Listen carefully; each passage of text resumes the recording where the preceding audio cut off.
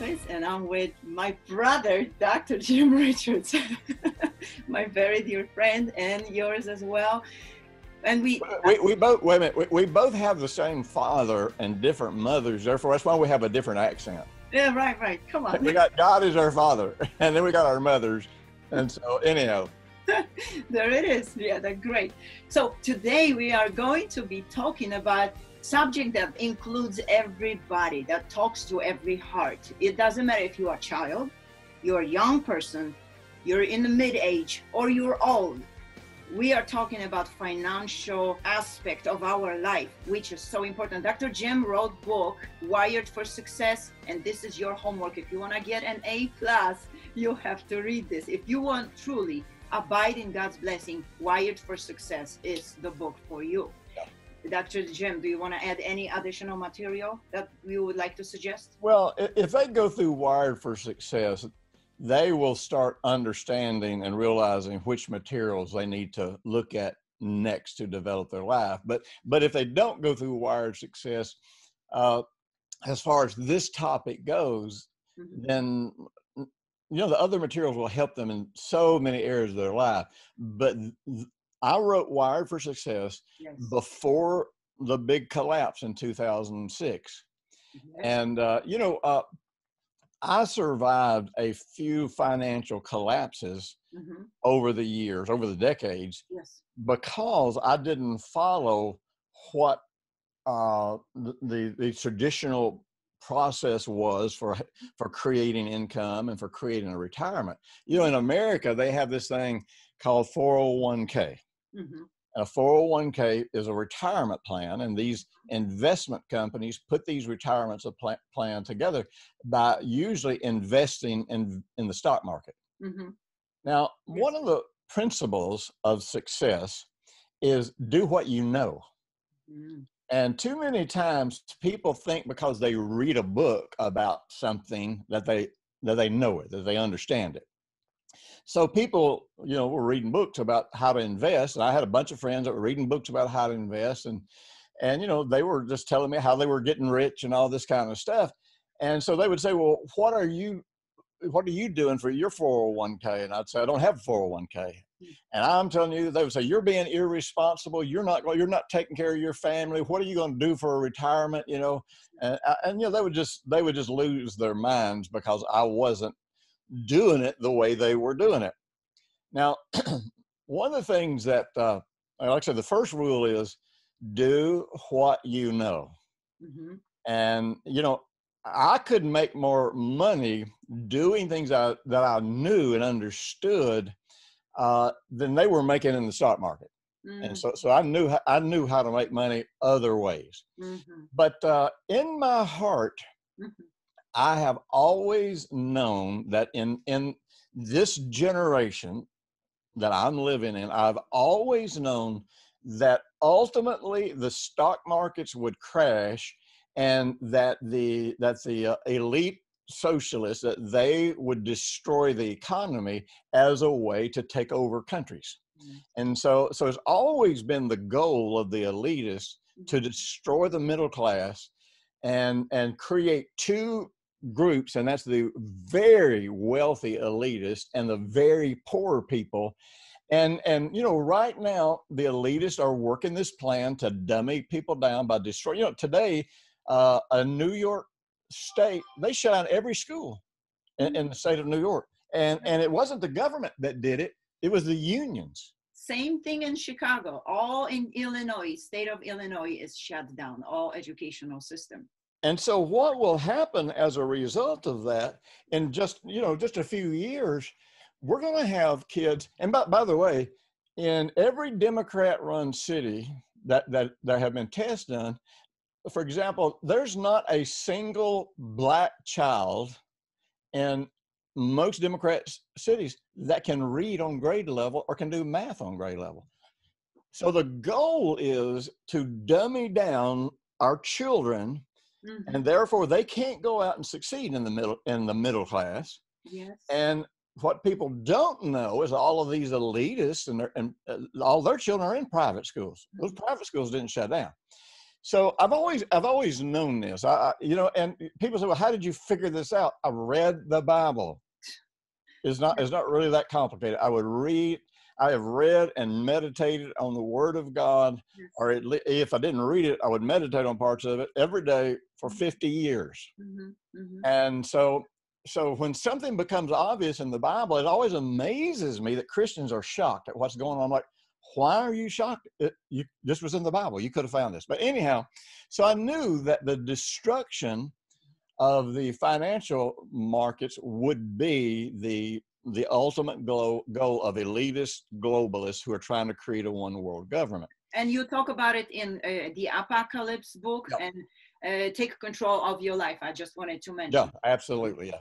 And so I didn't invest. God gave me another way to prepare. You know, I'm 70 years old. And at some point in time, you know, you either drop over dead or you better have some kind of retirement. One or the other. What an option. So God gave me a plan. And now, so actually back in the 80s, the markets collapsed. All of my friends lost almost all of their retirement. But you? I didn't lose a penny. And then in 2006, the markets collapsed. And then once again, everything they had built up, they lost it again. But you didn't. I didn't lose a penny. Yeah. Now, and I'm not saying I'm smarter than they are. That is not it. And I don't understand a lot of things about the stock market. I mean, there's a lot of things I don't understand. I don't worry about what I don't understand. The book Wired for Success takes you through a process where you get in touch with what God is saying to you about how to succeed. Yes. You know, and here's one of my sayings, and that is that in a good economy, anybody should be able to succeed. Yes. Anybody. Thank you, darling. My sweet wife just brought me a cup of coffee. Brenda, we love you. Oh, thank you. You know, I sent Brenda a text the other day, and I said, "Look, I know you struggle with health issues just like I do. You put forth so much effort to make sure I have a good quality of life, and I just appreciate it more than you can imagine." Yes. And you know, and that's why she's the perfect help mate for me, and I think I'm the perfect help mate for her. Is we both do everything we can to make sure the other one has a great quality of life. You know? Awesome. That's so. But anyhow, so anybody can succeed in a good market and eat good times if they're willing to work hard. Now, if they're not willing to work hard and be diligent, you know, they're going to be broke anyhow. But when hard times come, you've got to be able to hear the voice of God in your own heart. Now I want you to think about this. Everything that's coming, God knows. Yeah. Every person that's dishonest that you encounter, God knows. Every bad deal that's bad now or going to go bad, every company that's going to falter, God knows. And so the key is, I don't need to know all of these technical things. God knows all of them. I don't need to know, and I don't have to study and research to figure out which companies are going to fall apart. And I don't need to scrutinize people for months at a time to decide if they're honest or dishonest. I have to do one thing. What is God speaking to me in my heart? And I have to be able to first hear that. And then secondly, I have to have the confidence to follow it. And so God will navigate us through all the people that we can't trust, all the businesses that are going to fail, all the corrupt things that are coming, so that we end up doing as good as can be done in any situation. You know, people would ask you right now, so tell me, Dr. Jim, tell me something practical. What should I do now? Should I save money? Everybody wants storage, food, money, gold, toilet paper. Well, you know what? There are practical things.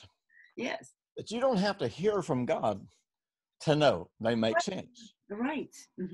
You know, my grandparents, you know, you got to realize I was born in 1951 in a rural area. We were very poor. You know, my grandfather Mm-hmm. plowed his garden behind, a hand plow pulled by a mule. Whoa. And so my grandmother, my grandfather, they raised every bit of food almost that they ate, they raised in their own gardens.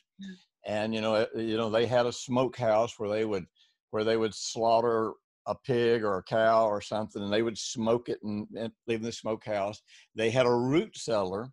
A lot of Mm. people don't know what a root cellar is, but a root cellar is something it's basically almost like a basement, and it's dug far enough in the ground that it stays cool all the time.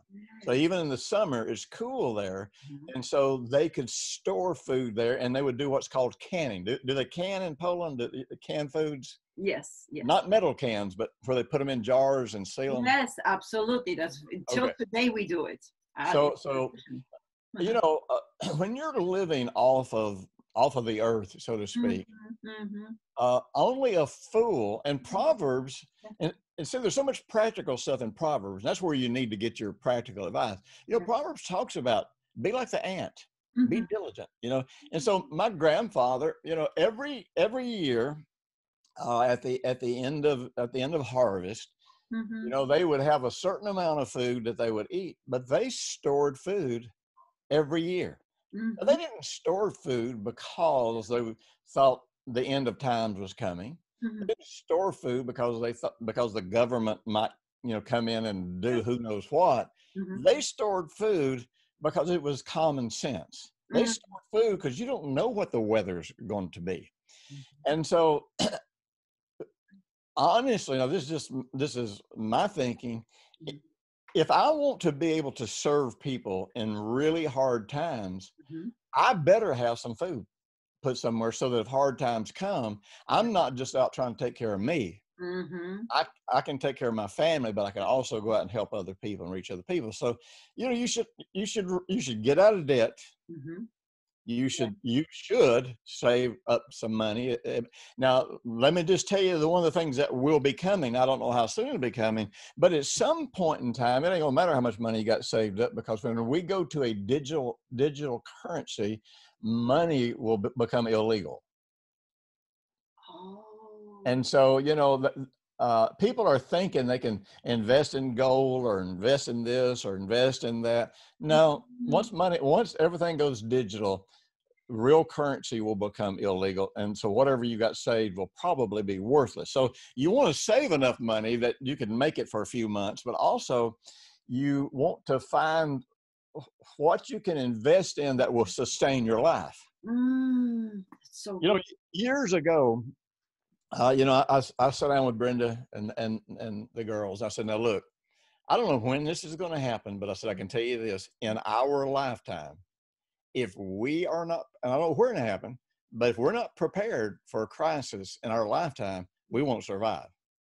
And of course, now Brenda has always trusted me. If I'm saying I'm hearing from God, she's always like, okay, I'll do it, Yes. But, this is one of those things where she was like, she didn't roll her eyes, but I could tell she wanted to roll her eyes.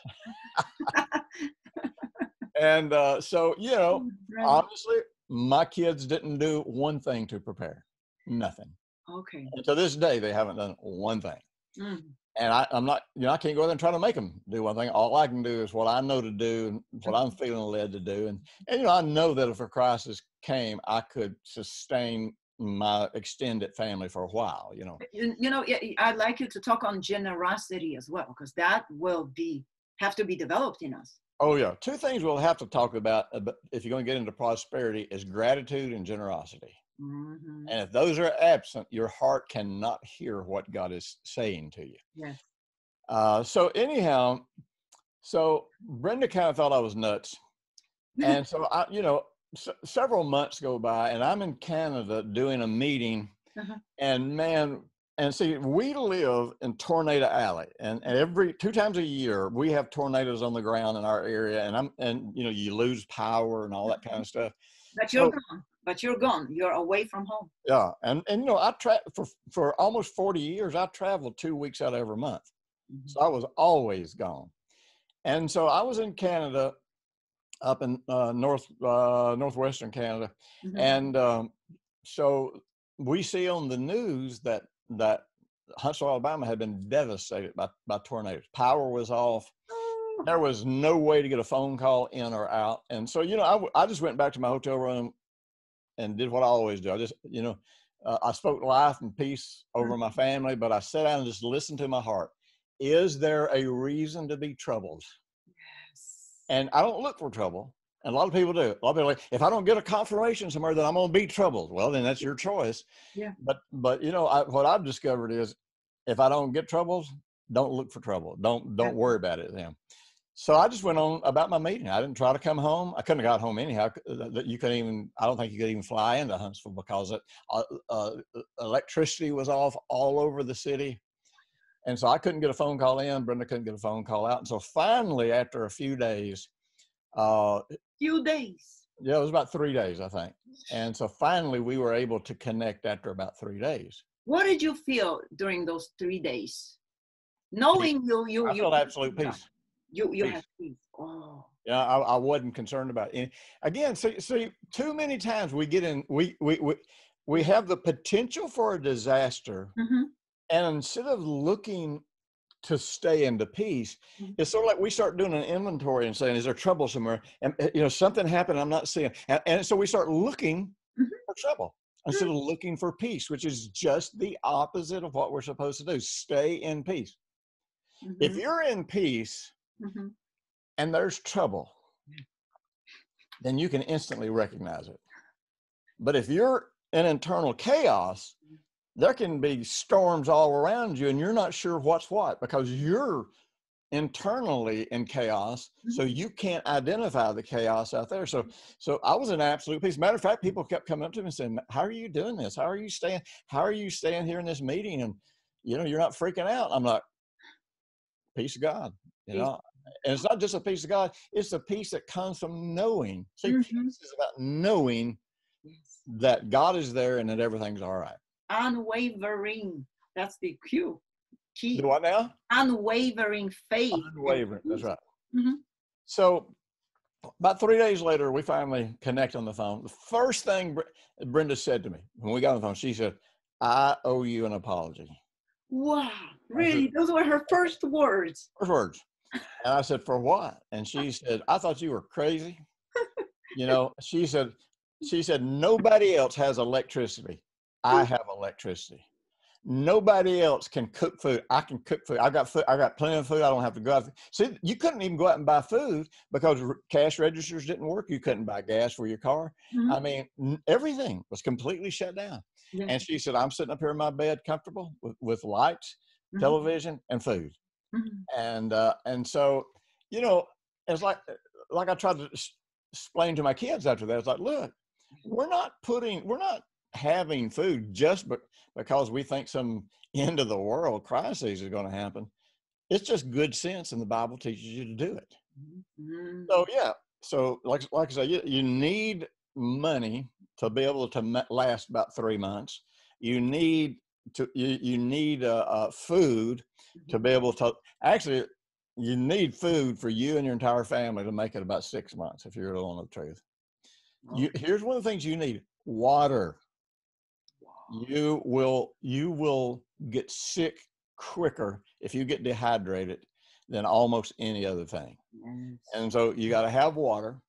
And I know many people do not believe in this, and that's your choice, but you need protection. You need a way to protect yourself, not because you're trying to go out here and, be a bad guy, but in hard times, man, people start breaking into houses. If they think you've got food and resources, they will break in and steal everything you've got. And the Bible gives you a mandate to protect your family. Yes. Yes. Many people say they don't believe in it. I'm like, well, then you don't believe the Bible. Because the Bible teaches that if we have the capacity to help someone or to deliver or protect someone, and we don't do it, we're as guilty as the people doing it. Yes. So those are just kind of 3 basic things. You can go onto some of these survival websites, and some of them are extreme, but you can go into some of these survival websites. Like, for example, if you live in a really cold temperature, then you need to have some way to heat your house. You need to have something to sleep in and sleep on. So you just got to think about, if I didn't have electricity, if I didn't have heating oil, if the grocery stores were closed, if suddenly people are prowling the neighborhoods looking to break into houses and steal everything they can get, would I survive? Well, the truth is, most people wouldn't. They would panic. You know why? Number one, because they would panic. Even if they have everything. Panic. When people get lost in the wilderness, the number one reason they die is they panic. Yes. Good. Awesome. Right. So fear is the fastest tool to get us out of here. Fear. Yep. And see, if you're going to either be in peace or you're going to be in fear. And if you're in peace, you can sense what God is leading you to do, or where God is leading you to go. And see, this is one of the things you have to realize about success and survival. And that is that it doesn't matter what I would do in Huntsville, Alabama. Different environment, different people, different laws. I can give you some generalities about how to succeed. I can give you some generalities about how to survive. But at the end of the day, God's going to speak to you about what's going to work in your environment, with your family, in your city, with the laws in your country. So everybody wants a substitute from hearing and following God for themselves. And so this whole thing about, like I say, success and survival all gets down to, can you recognize the voice of God in your heart, and will you follow? Are you sure enough of it? And by the way, the only way you get sure of following the voice of God when your life is on the line is when you follow the voice of God when it isn't. The little things. Yes. The little things. Every single day should be an exercise in growing in your capacity to hear and recognize God. That's really kind of a mindset that I determined back when I first got saved was, look, okay, God's never going to let anything happen to me, which means he's always trying to lead me. Everything I do, I want to be listening. If I'm driving down the road and I get this sense of turn here, I don't care. I don't care if I know why. I don't care. I don't care if I ever know why. If I get that sense of turn here, I'm going to turn here. Yes. I've exercised and practiced at this really my whole Christian life. One time when I was a Bible school student, all Bible school students are poor, broke, and hungry. Because, you're going to school full time, you're paying tuition, you're trying to work, raise a family. It's just, man, it is just, I know. So, we would every Friday, once a week, I can remember what night it was on. Me and some of my buddies, a bunch of my musician buddies, we would get together at my house and we would pool our money, because I think it was on Sunday nights or Saturday nights or something, there was a pizza place that had a 2-for-1 special. And so, we could put together enough money to afford one pizza, but on that night we could get two. So, we would go buy a pizza, but what we would do is we would just worship until we got through. Sometimes it'd be 30 minutes, sometimes it'd be 3 or 4 hours, but we would just worship, pray, try to listen to God. So one night, and you got to keep in mind, by this time I'd already traveled around most of the southeastern United States, and it was a God-led thing. God would just speak to me, just whatever city I felt like I was supposed to go to, that's where I'd go and see what happened, So I had some experience about following God, but I was walking around, and so keep in mind, I'm broke. And so I'm walking around praying, and I'll never forget the Lord speaking to my heart and said, reach into your pocket, because all the money I had was some change in my pocket. Okay. That's all the money I had until I got paid again. And I think it was about 70-something cents. That's it. Okay. And so I felt the Lord say, reach in your pocket, go to the front porch and throw it away. What? And I thought, well, that's the craziest thing I ever heard. That's not God, right? And because I'd given away cars. I'd given, you know what I mean? I'd never drawn back from jumping in a car and going somewhere and ministering the word. I mean, just crazy things. And it's like, go and throw away 70 something cents. You know, that's all the money I've got, but it don't mean nothing. You know, if 70 something cents is all you got, don't worry about it. You know, give it away. But so, you know, I was like, God, I don't mind doing this, but I want to understand this. Why do you want me to go throw this away? Right. I will never forget. The Lord spoke to me and said, if I had told you to do something you understood, if I had told you to do something, you know, that made sense to you, if I had told you something that you could understand the spiritual value, and he said, you would have done it instantly. Mm-hmm. He said, but because I didn't explain it to you and you didn't understand it, you didn't do it. And he said, you know, if you want to make the journey I'm leading you on, when I lead you to do something, you got to do it right then. No question. For an obedience, regardless of your understanding, correct? Right. Because obedience is the way God protects us. See, people read scriptures about obedience and they think that's God beating us down and making us do right. No, obedience is when God says, you better move now. That's so good. So good. And so, you know, anyhow, like the Bible says, obedience is better than sacrifice. And so if you trust God, you obey God. And now here, we got to get back to the original thing you want to talk about. How did I go from being completely broke and devastated to financial stability?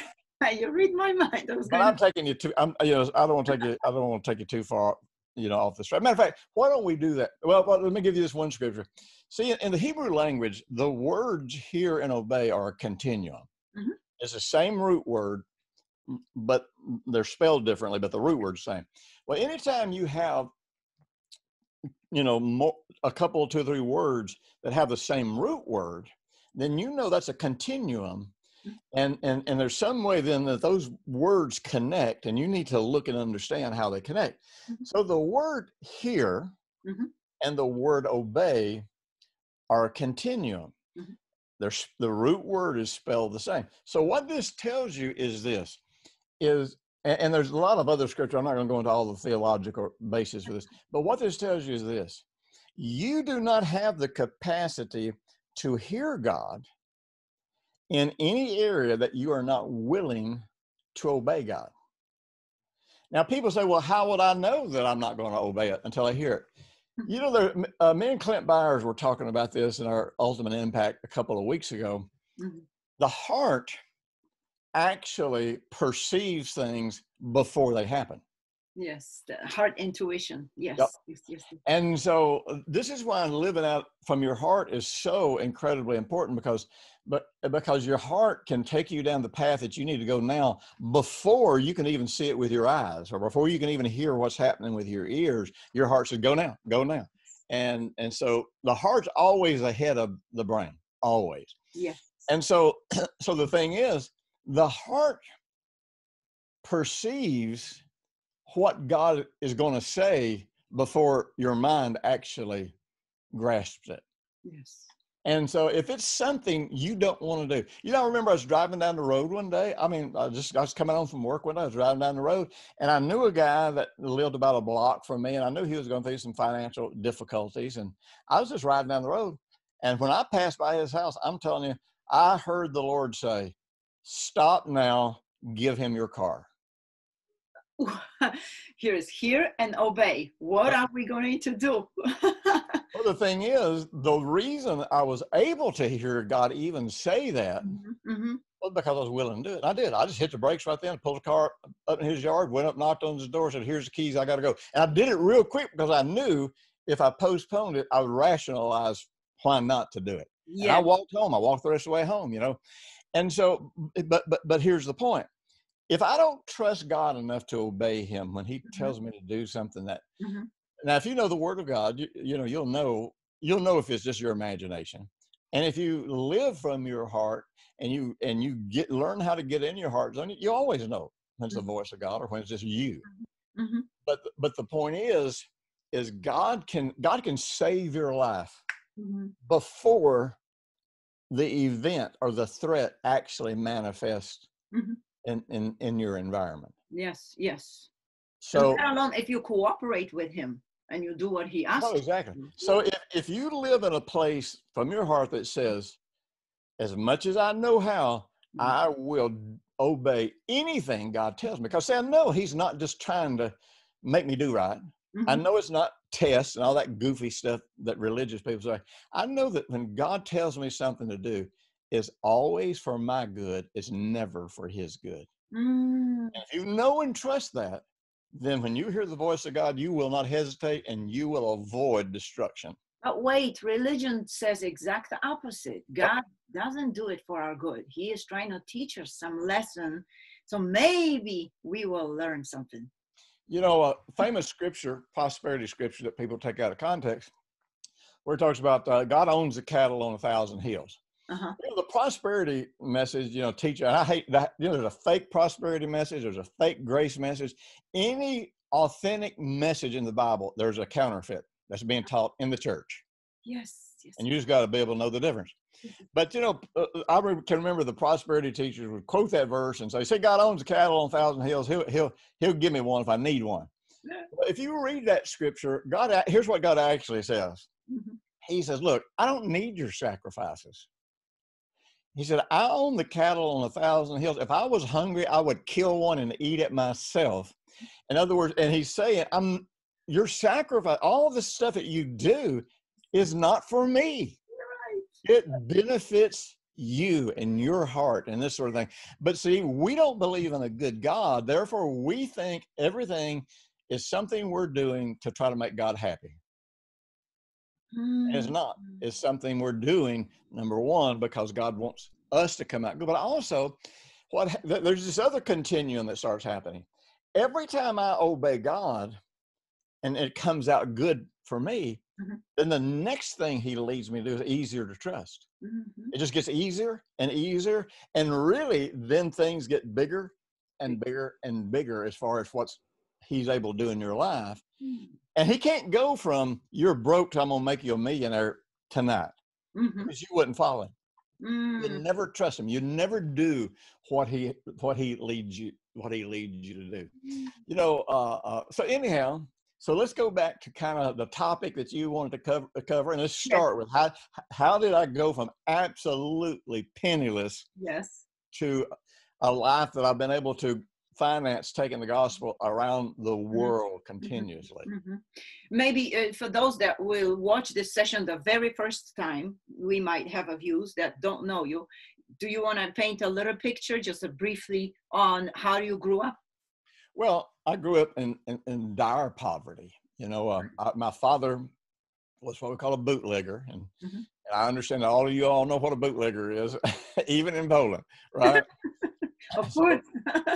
we were. Mm-hmm. Now, my mother was a good woman. I never heard her cuss. She didn't drink. She was a good woman, really. But my father and all of our other relatives were low-level criminals. Mm-hmm. And so we were all involved in crime of some kind. We were all substance abusers. We were just always in and out of trouble with the police. But we grew up very, very poor. Mm-hmm. Of course, our father abandoned us, really young, and the only time we would see our father, he ran a whorehouse, and so he would come back about once a month because back in the 50s, it was hard to get a divorce, Mm-hmm. and so my mother, you could only get divorce almost for total abandonment, and so in order to file on abandonment, he had to stay gone for over 30 days at a time. So what he would do is he would come home once a month. But when he would come home, he Mm-hmm. would steal all of our food, everything that we had. Every penny, every saving that you had. Any penny he could find, any dollar he could find. I mean, he would go through our piggy banks and steal stuff. And then he would take the food to his whores and his illegitimate children. Yes. So did you notice what it created in you as a young boy? What kind of financial mentality? I'm going to hold it. You could have become greedy. I better save it, better hold it. I don't want to share. Well, you know what? I had a lot of issues about lack, about living in lack. Right, But the fear. the good thing was my mother never complained.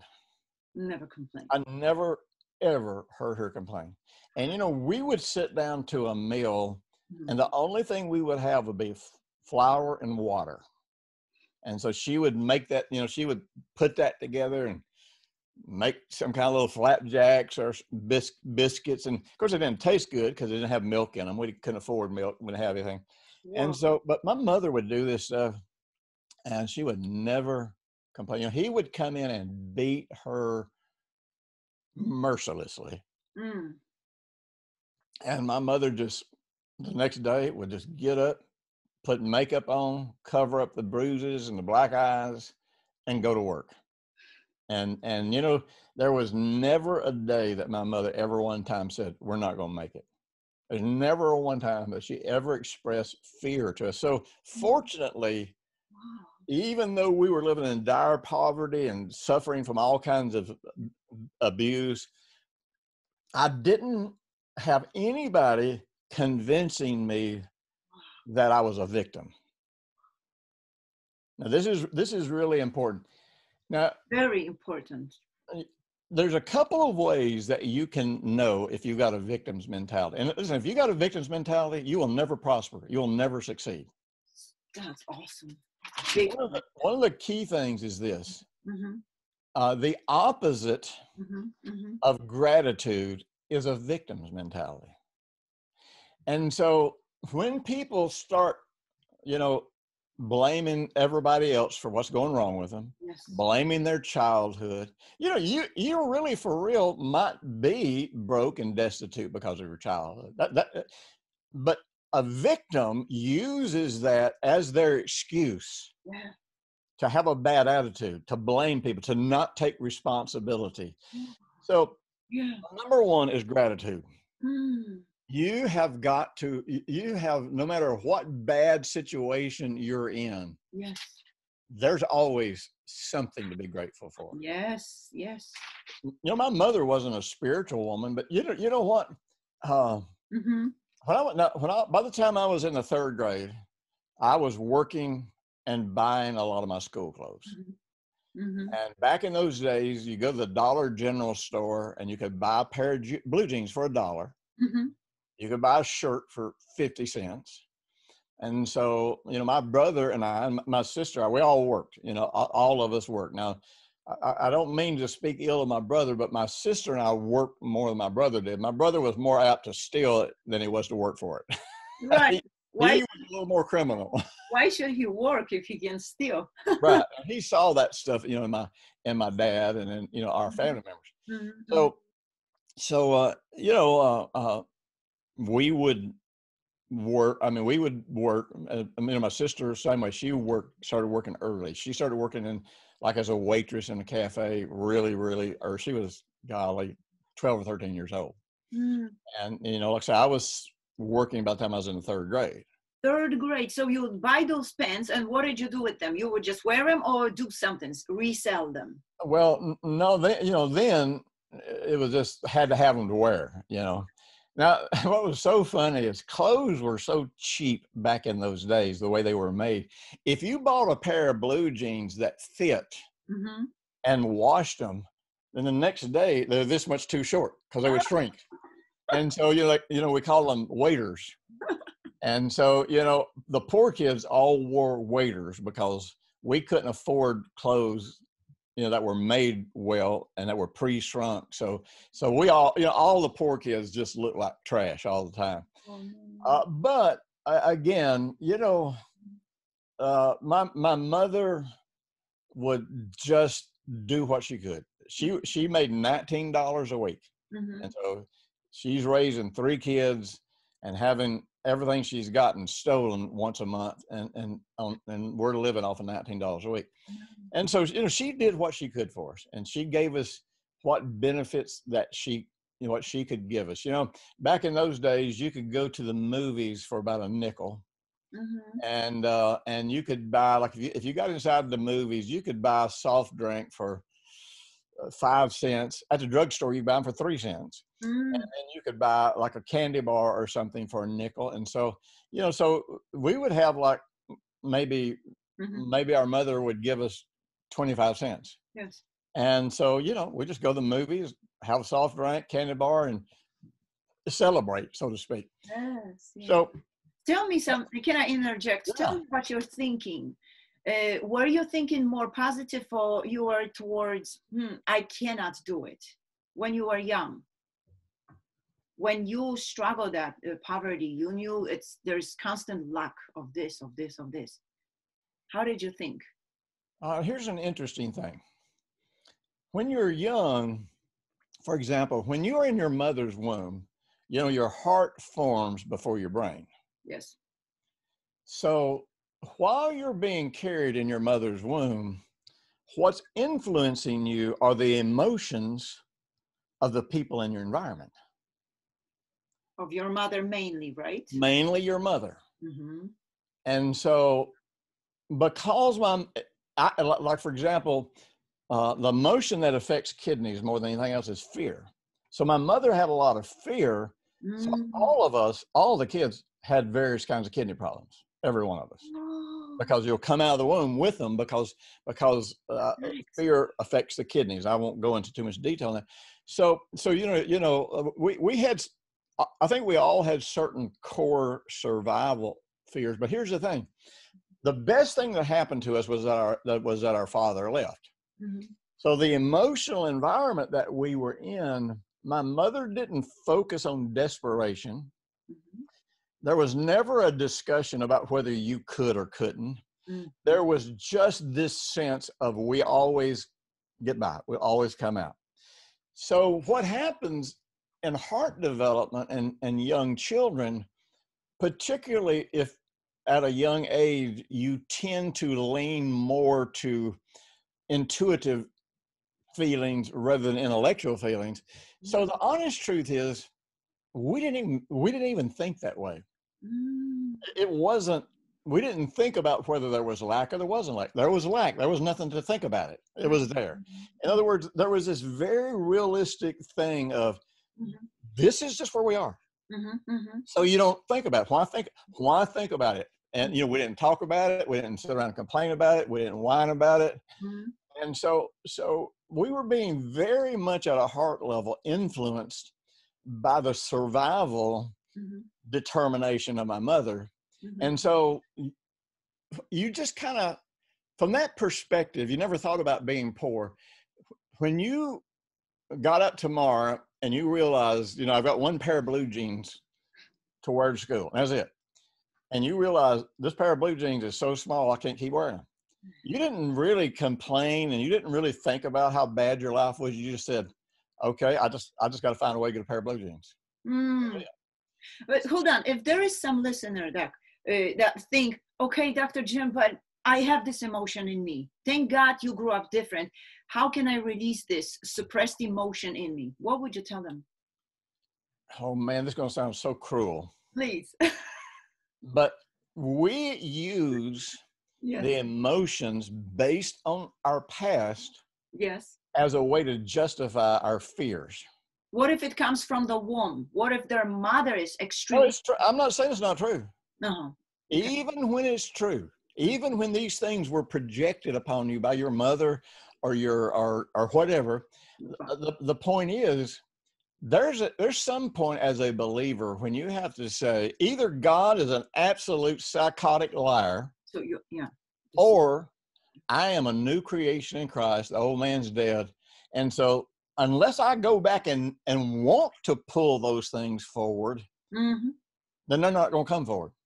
But if I need to justify my fear of stepping out, my fear of taking the risk, my fear of the unknown, if I have to justify that fear, those are, I'm not saying they're not real, but I'm saying they're very convenient excuses that you can look back and say, see, this is real. This really happened.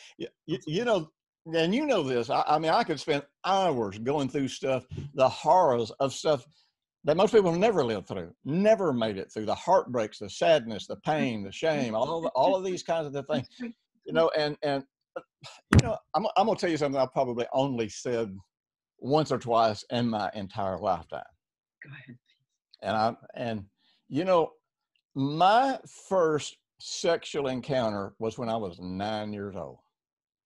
and I was walking down the street, just walking down the street, minding my own business. Two teenage girls saw me, and they just thought it would be funny to introduce me to sex. Oh. They called me up to talk to them, and I was unsuspecting. They took me into the house. Next thing you know, they stripped down completely naked and said, "Here, come on, we're going to show you how to do this." Oh. Now, I want to tell you something.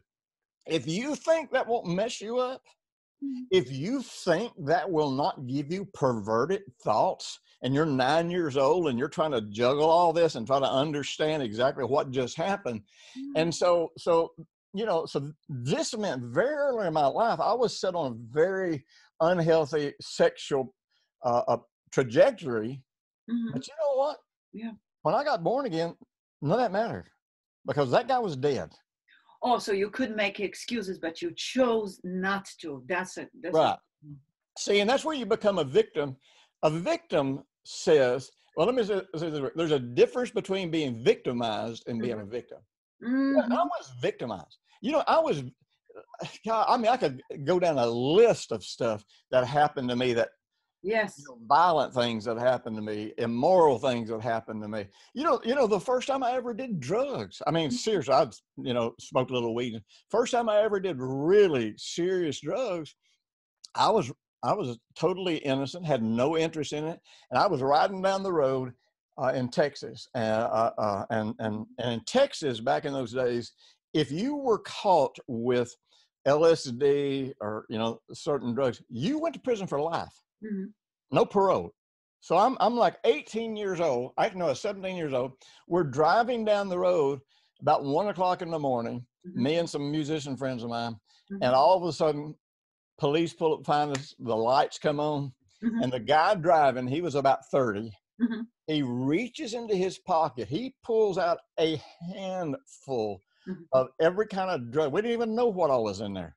We knew there was a bunch of LSD. We knew that there was all kinds of psychedelics. And he said, if you don't want to go to prison for life, we got to take all this. And so there was 3 of us in the van. We divided up a handful of drugs. I mean, I'm talking about LSD.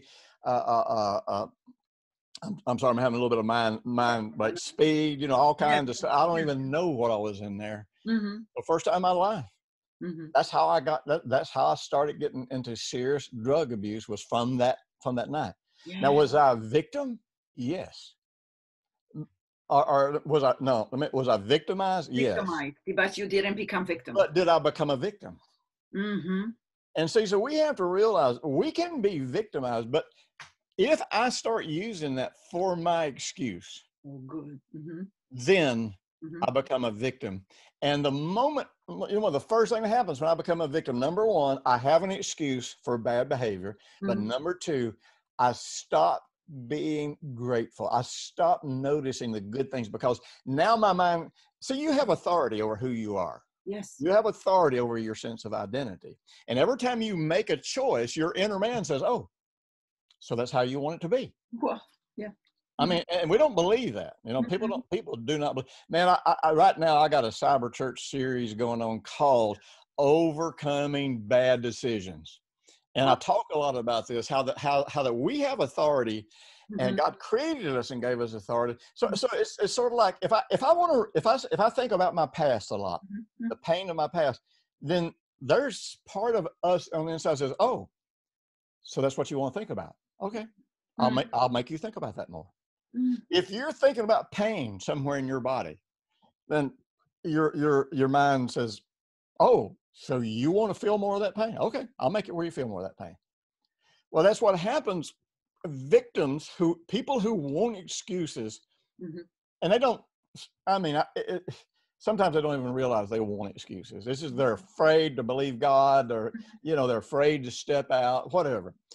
Fear and unbelief. That's the issue that you're facing anytime you got a problem, fear and unbelief. So again, if I tend to go to a certain place when I'm faced with a challenge, then inwardly my heart and my mind go, oh, so this is how you want to see yourself. Okay. We'll make you see yourself this way in every situation. And that happens because you are the only person who has authority over your heart. Not even God can do anything in your heart if you don't want it to be done.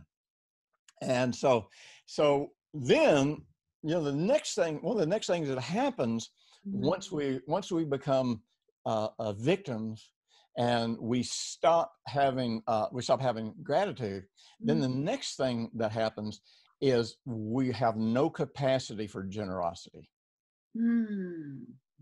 Victims are only generous when they're buying favors, emotional favors, sexual favors, relation favors. Oh, yes. Business favors. And so that's really not generosity. No. That's really greed and selfishness. And so you totally lose the capacity for gratitude and generosity. So good. So one of the interesting scriptures, back during the prosperity, I hated the prosperity movement. I hated it. Now I believed in prosperity, but the prosperity movement, the only other scam that's worse than the prosperity movement is what just happened in the election. Oh, come on. That's the only scam that is bigger than the prosperity movement. The prosperity movement in the 80s and 90s was so corrupt. And I'm telling you, I knew these guys that preached this stuff, and they didn't live this stuff. And my thing was this. So you preach prosperity, but and you get up and tell people I remember one guy, and I'm not going to call his name. He was one of the most popular prosperity preachers out there. And I remember being in a meeting with him, because I was in meetings with these guys. I knew these guys. And he would stand up and say, since I started believing this message, I've gotten completely out of debt. And now I've become a millionaire. And I thought, well, wait a minute. But that happened to you because you told people that if they would give to you, they would become prosperous. Yes. It didn't happen because you were giving to anybody. If a prosperity preacher believed his own message, he'd give away everything he's got every day. Exactly. It would be multiplied back to him. But as you always teach, they have to give you, what is lie, definition of lie? Half of truth. So they sound, they talk themselves to believe. They know it's lie.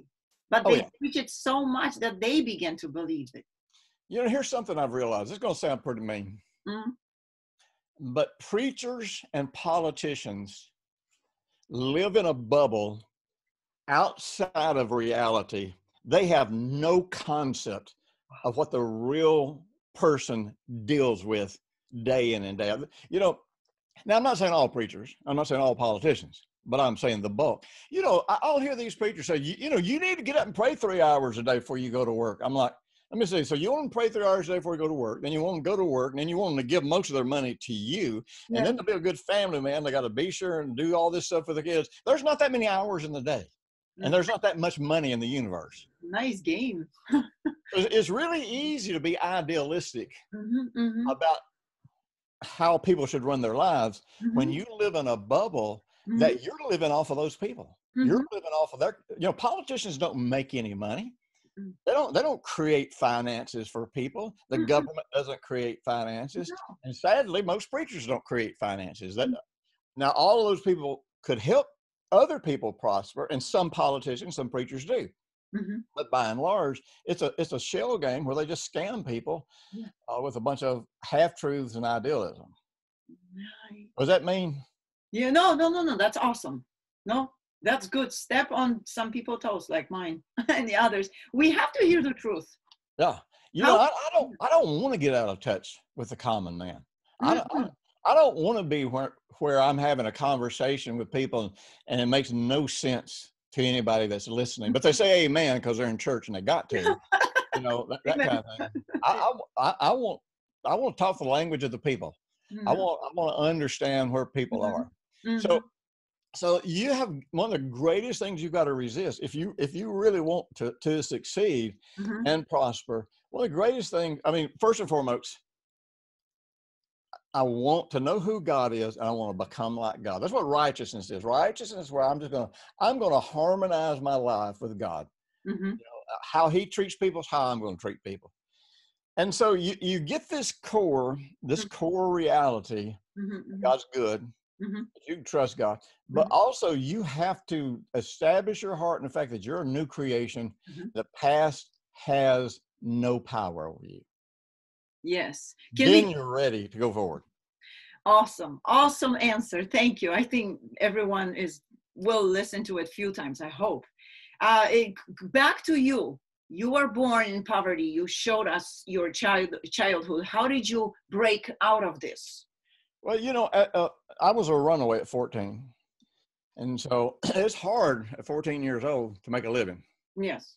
Now, my first few months I was a runaway, I lived with an uncle. Mm-hmm. And so I did have shelter for a few months. Yes. But then after that, my mother and my stepfather, they were going to put me in reform school if I didn't come home. Mm-hmm. And so, I went back home so they wouldn't put me in jail. And I wasn't there long and I ran away again. Yeah. Yes. And so, so by this time, mm-hmm. second time I ran away, I was probably 15. Mm-hmm. And so, I'm out here, I always tell people, because of my crazy grandmother, I was afraid of the dark. She tormented me so much at night and told me horror stories and, all this kind of stuff. So, here I am out living on my own, and I'm still afraid of the dark. That's how messed up it was. Mm-hmm. And back in those days, it was, for young people, so hard to get a job. Mm-hmm. And if you got a job, I can remember taking jobs where I would work all day for 50 cents.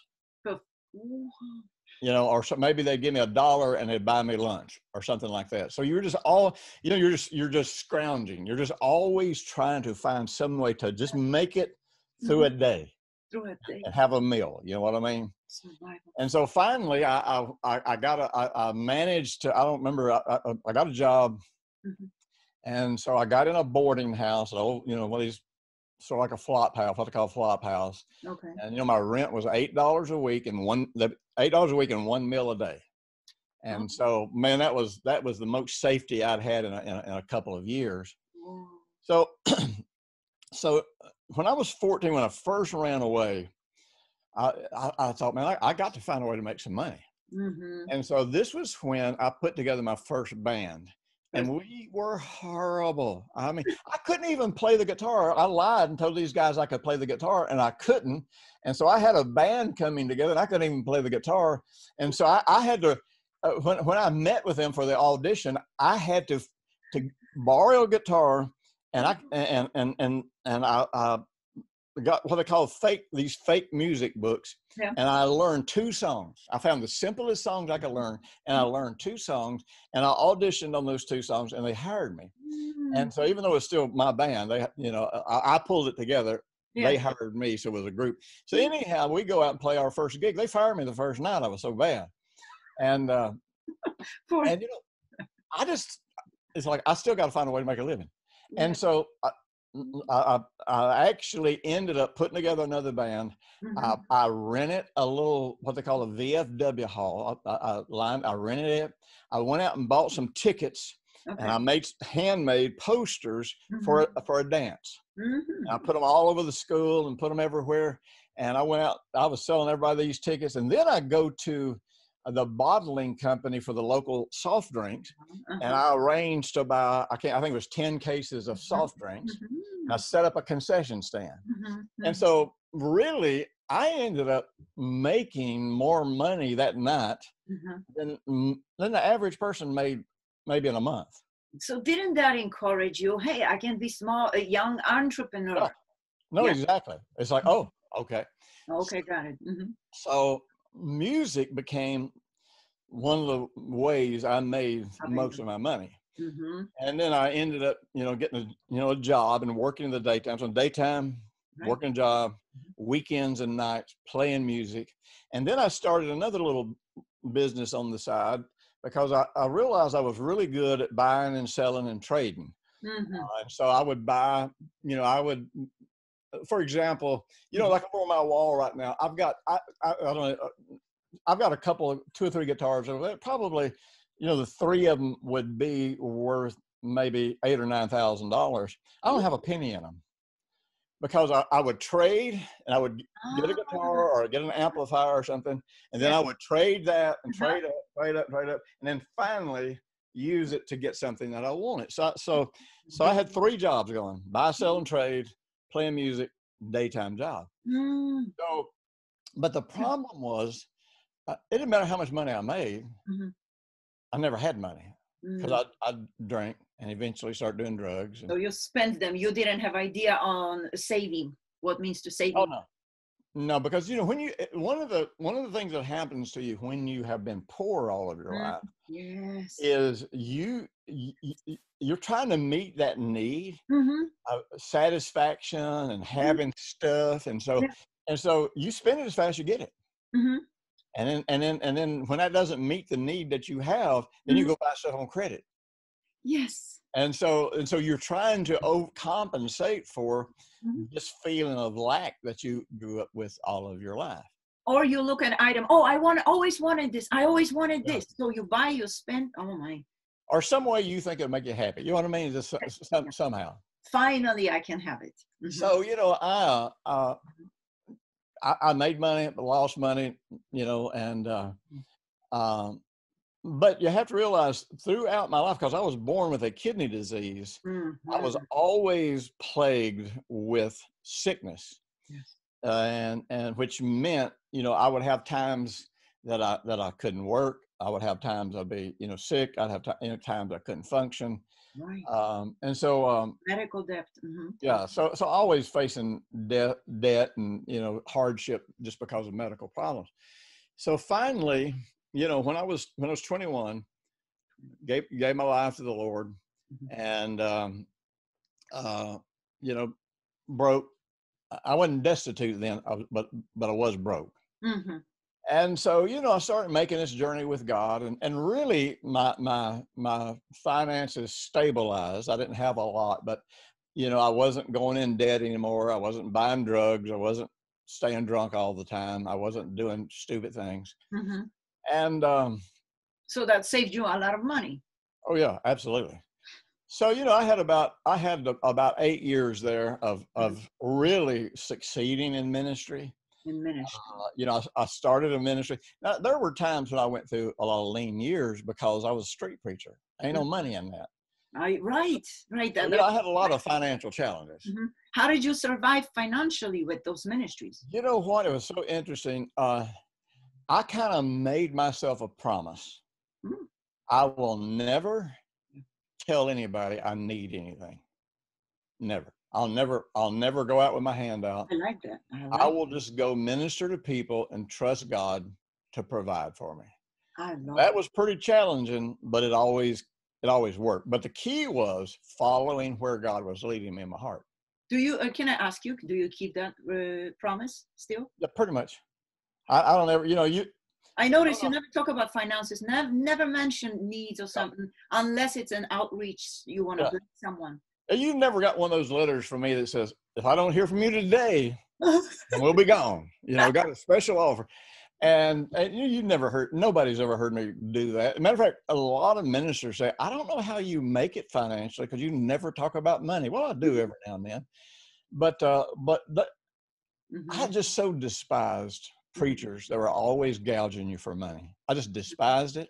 Mm-hmm. I made up my mind I wouldn't do it. For my first several years in street ministry, I personally worked and earned the money to buy every Bible we gave away, every tract we ever wrote, every typewriter we bought, every piece of equipment we bought. Because I'm like, I am not going to go out there and beg for money from the very people that I'm supposed to be helping. Just not going to do it. Yes. Come on. And so it was years before I would even have partners with our ministry. Mm-hmm. Finally the Lord just kind of showed me that some of what I was doing was integrity, some of it was ego. Yeah. Because I just didn't want to look bad, Mm-hmm. And so the Lord dealt with me bad. And really the thing that changed my mind was He said, "What I've called you to do, you can't finance. Mm-hmm. And you can't make that much money." And so I'm like, okay, well, that's different. But anyhow, so about 8 years into this, mm-hmm. when I was 28, mm-hmm. I got up one day, had a pain in my side. Before the day was over, I was in bed. Next day, couldn't get out of bed. Mm-hmm.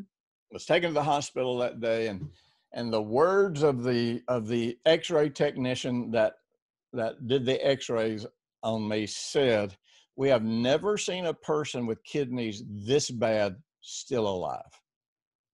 And so the diagnosis wasn't good, the prognosis wasn't good. There was a lot of question if I would even live through a hospital stay. Tell me what you thought when you heard these words. I just said, no, I ain't gonna die. I just said, I'm just not going to. I just didn't even entertain the possibility. How about Brenda? Well, I wasn't with Brenda then. We didn't, Brenda and I didn't meet till years later. Okay. So I'm just kind of facing this, I see. And so anyhow, the long and the short of it is, so good. Yeah. I started going through multiple surgeries, and ended up losing everything that I had, everything, and went through a divorce.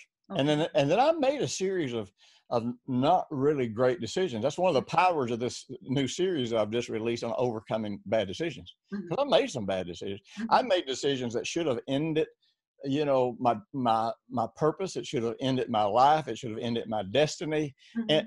But I made decisions that overcame those bad decisions. So the long and short of it is, so here I am now, 28 years old. By the time and part of what caused enormous stress was I was broke. I couldn't go out. I wasn't in the limelight anymore. I couldn't go out and preach and, be the superstar and make the money and do all that kind of stuff that I was able to do, And so, I just, in my heart, it's sort of like, I can't do this and fight for my life at the same time. Yes. So it's one or the other. So Jim, saying all this, you helped so many people as well. Well, you think about David, and you think, and I'm not trying to justify anybody. I'm not trying to give anybody an excuse. I'm not trying to give me an excuse. But you look at David and you think, man, matter of fact, I remember one time I walked into this church service. By the way, I didn't set my clock before we started, so you'll have to keep me in line on time. We got 3 more hours, don't worry. Oh, okay. But I went in to preach this message one time in a church way back years ago. And I said, now there's some things I want to talk about today. And I said, but I got to ask you something, because I'm not sure if I should say some things that I know or not. And they said, well, I said, so can we talk about some things that wouldn't be popular to talk about? And they said, well, yeah. And so I'm in a church, So I said, well, all of you are being influenced by a book that was written by somebody that's not from the United States. It's greatly influencing your life. And I said, I happen to know for a fact that the guy actually was an adulterer and is responsible for getting somebody killed. Right. And they're like, so I said, and the sad thing is, that, this book that he's written is all about intimacy with God. And I said, I'm just torn as to whether or not I should expose this person or not, because I don't know. I know that many of you have bought this book and you're reading it and you're trying to build your life on God based on what this person said. And you translate that and you sing that. Yeah.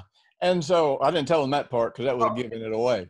And so I said, so before I go on, do you think it'd be better if you knew who this person was so you could avoid their teachings? Oh yeah, we need to know. Expose them. I said, well, because I played this out, man. I played it. Oh, so finally I said, well, okay. The man's name was David. The book was Psalms. And he was a man after God's own heart.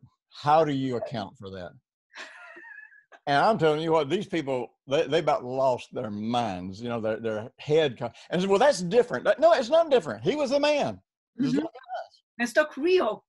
And so, I've always used David as an example for somebody that was genuine with God.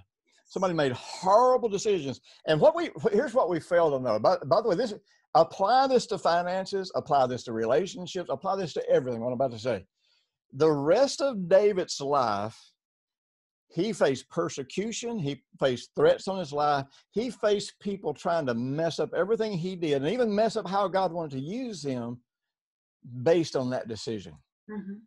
Yeah. And every battle he fought within the kingdom of Israel, Judah, was based on, Yes. they based the justification for attacking him Yes. on that personal failure. From that one event. And the same thing will happen to you. Yeah. Yeah. And if that's where you put your attention, it'll consume you. It'll eat up your heart. You will stop trusting God. Matter of fact, you even David at one point thought that all of the persecution that was coming against him was God probably told them to do this. And as long as you believe, as long as you think how people are treating you has anything to do with how God's treating you, you are absolutely mistaken, confused, and ain't never going to come out of it, because people ain't never going to get over it. Yes, yes, yes. So anyhow, the long short of it, so I end up sick for almost 4 years, in and out of the hospital continuously, going through a divorce, a marriage failure, having everybody abandon me. I'm done having people, nobody wanted to touch me. I was a leper. And wow. Did you think of moving out from your city? Usually people do that. You know, I did, and I had great opportunities to me all over America. I mean, I had great opportunities. And the Lord said, no, I want you to stand right in front of the people who saw you fall, and I want you to outlive this. Good. Wow. That's what I did. And I ain't saying it was easy, but I'm saying that's what I did.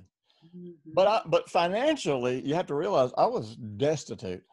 And I finally was in such bad shape. My doctor created an experimental drug, because he had a clinic where he did research. So he created an experimental drug that cost $125 a day. And I didn't have insurance. And this was in 1979, 1980, when you could live off of $125 a week. And so I'm just going deeper and deeper and deeper into debt. And sick. But in my heart, I was walking it out. This is where I developed the prayer organizer. I didn't develop it as the prayer organizer. This was just the way that I prayed to come out of this. Wow. And that situation, that's when you wrote this. Wow. So I was facing the condemnation of a personal failure. Yes. I was facing the end of a very successful ministry that if I had just done what a lot of these guys did, just grow in my hate for my spouse and stay in conflict all the time, but hide it, to the public, I could have kept that ministry going and succeeded, in every way that you call success. I was financially destitute, and probably the probability was that I would die. And then I had every person that considered himself a prophet prophesying my death, sending me letters telling me that God was doing this to me. I never believed it. What did that do to your mind? What if you chose to believe it? Nothing, because I got up every single day and acknowledged who God was. I acknowledged the names of God. I meditated on that, and I meditated on my identity in Jesus. I fully accepted my failure. I fully accepted my responsibility for how things were. I fully accepted everything that was my responsibility that I knew of. But I also determined, but that's still not my identity. That's not who I am in Jesus. That does not control my destiny. One of the Hebrew letters, really interesting, the Ket, I think it's spelled C-H-E-T. According to where you look, they all spell these letters differently. But the Ket is an interesting letter, because the Ket represents kind of like a basket that can be filled with all these resources. And so the Ket represents two specific interesting things. The Ket represents a new beginning, but the second thing it represents is unlimited possibility. And so a new beginning with God always has unlimited possibility. So the paradox was, I have to free myself on an identity level from my past, but I have to accept the responsibility of what's going on too. I can't blame anybody else. I can't become a victim. And a lot of people, when they trying to overcome their past, they're always like, yeah, well, I'm forgiven and I'm walking with God. And so you don't have the right, I always took the position, you got the right to feel any way you want to feel about me. You can criticize me. You can decide you don't want to hear me speak. You can decide you hate me. That is your choice. I have no right to say what you have the right to do. That's between you and God. Yeah. So anyhow, so the long and the short of it, got healed, which Mm-hmm. was miraculous. I mean, I don't know what all those people who were prophesying my death, I'm not sure how they worked that out in their prophecies, but anyhow, I got healed and, walked into my healing. Well, the next big thing that I realized was I'm healed, but I am so deep in debt, I don't know if I'll ever get out. And, there were a couple times I thought it would have been better if I just died. Right. Because I'm never going to get out of this financial stress. Mm-hmm. And so that was where, and Brenda played, and of course, by this time, me and Brenda were together, and Brenda played such a role in helping me, mainly by being willing to confront me when I needed to be confronted, by helping me come out of some things from the past that were holding me back. But even it wasn't so much my past that was holding me back. It was because I wasn't blaming my circumstance or my past, but it was the beliefs that I had developed from my past that were affecting me today. There were things I thought I was right about, but I was completely wrong about. But I wasn't saying this is happening to me because of this. I had just formed unbiblical beliefs through some of the circumstances that I went through. Does that make sense? Yeah. Would you call it suppressed emotions or beliefs? I call it beliefs. Beliefs. Okay. I understand. I think suppressed emotions are more about not dealing with the past, not knowing how to deal with the past. So it's kind of an ever-present thing that makes us feel condemned and guilty and all that kind of stuff. But see, the difference is with a belief, that belief affects me when I am in a situation that I have the wrong belief. So then I can't come out of that situation. I'm not blaming it on anybody. A suppressed emotion and that kind of stuff, you'll look back and blame why you feel this way, or you'll blame yourself. It's all about blame and guilt and condemnation. But a belief is just, I'm faced with this challenge, and suddenly something's in me says, no, this is how it's got to go. Yes, this is a conviction, personal conviction. Good. Wow. So with Brenda, one of the reasons I was attracted to Brenda was, I am not a dominator, but I'm also somebody that can't be dominated. I hate domination. I hate control. I don't want to control anybody. If I ask a person, listen, I'd like to do it this way, what do you think? I really want to know what they think. Now, a lot of people will back down and say, oh, I better do it the way he said he wants to do it. Well, I don't want somebody like that around. Because those kind of people always end up mad and say, you were controlling me. It's like, no, I wasn't controlling me. You were just spineless. You didn't tell me what you wanted, I was afraid to tell you, whether you're stupid, it's like, whatever. And so I knew that Brenda was strong enough that she would not let the force of my nature, force of my character, push her to do what she didn't want to do. Because I would never be trying to do that. That would never be my goal. But weak people will just lay down and give up, but then they'll blame the other person. Or run away or do some other stuff behind you. Exactly. But we'll never tell you straight in your face. So with Brenda, you got to realize too, remember, from my childhood, there was always this thing about, but for years before I got saved, I didn't really believe anybody would ever love me.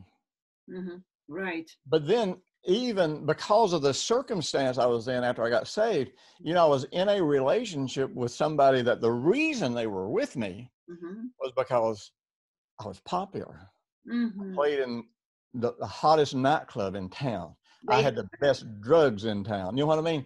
And so when you're a musician and you're out here or an actor or somebody that's out in the limelight, man, you are surrounded by groupies that will lay down their life for you. They'll do anything sexually, financially. They'll pay your bills for you. They'll do anything for you just because they want to be with somebody that's popular.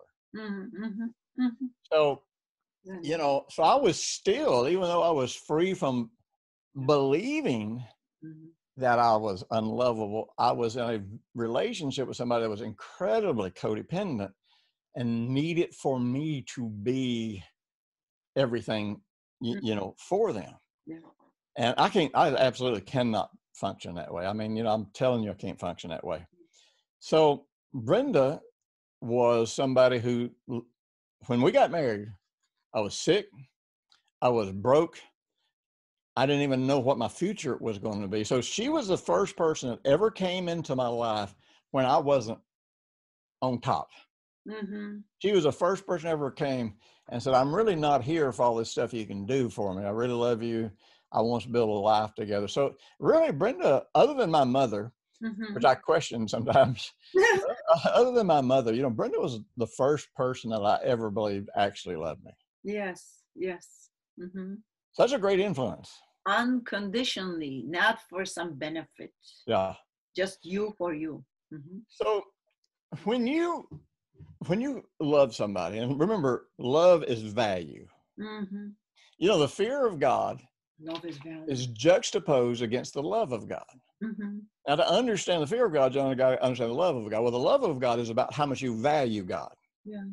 So the fear of God is not about what a fear of what God will do to you, Mm-hmm. but it's about you have this. He is so precious to you that you don't want to do anything to hurt or discourage God. Mm-hmm. That's what the fear of God is. Yes, yes. Well, when you're in a love relationship with somebody, you value them. You don't want to hurt and disappoint them. You don't even want to accidentally do something that could hurt the relationship or damage this unique, special, fragile thing that you have together. Mm-hmm. So that meant that my value for Brenda made me have to take a second look and say, well, wait a minute. Mm-hmm. What kind of life do I want to give her? Well, if I value her, I want to give her a really, really good life. Yes. But to give her that really, really good life, I got to face some things. Because remember, I was broke. But see, I was salving my conscience by saying, you know, I'm sick. I was born with this. I didn't do anything to get this way. Yes. So I have a good excuse for being broke. I have more medical bills than most people ever see in their whole life. Mm-hmm. So, I mean, I didn't intellectually go through justifying why I was there, but at a subconscious level, I had an excuse for being broke. So like it didn't have to hurt. It wouldn't hurt my ego that way. You know what I mean? Yes, yes. Mm-hmm. How did you get out of this debt? Well, you know, part of it just happened out of, you know, my relationship with Jesus. I mean, my relationship with my wife. I'll talk to you about where the Jesus factor really came into it. But, you know, I've told this story many times.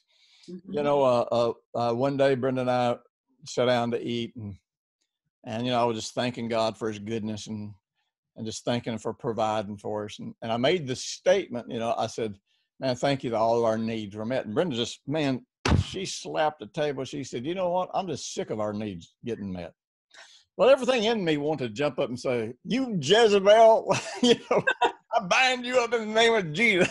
You know? And that close your ears. But, you know, I had to ask myself, is this what I want? Mm-hmm. I mean, am I happy with how I'm providing for my family? Mm-hmm. If we're all just getting our needs met and we're just kind of barely making it by, living from hand to mouth, from paycheck to paycheck. I remember thinking, that's not what I want for my family. So that made me have to start questioning myself. And here's an interesting thing. Mm-hmm. See, every time you make a decision, mm-hmm. everything in you, you know, some people, you know, they talk about the law of attraction. I don't really know if things get attracted to us. I think that happens on some level. But I think the biggest thing is that opportunities are always around us. We just can't see them. Exactly. The doors are open, but we just don't knock to them, isn't it? Yeah, I mean, we don't even dare to walk in. No.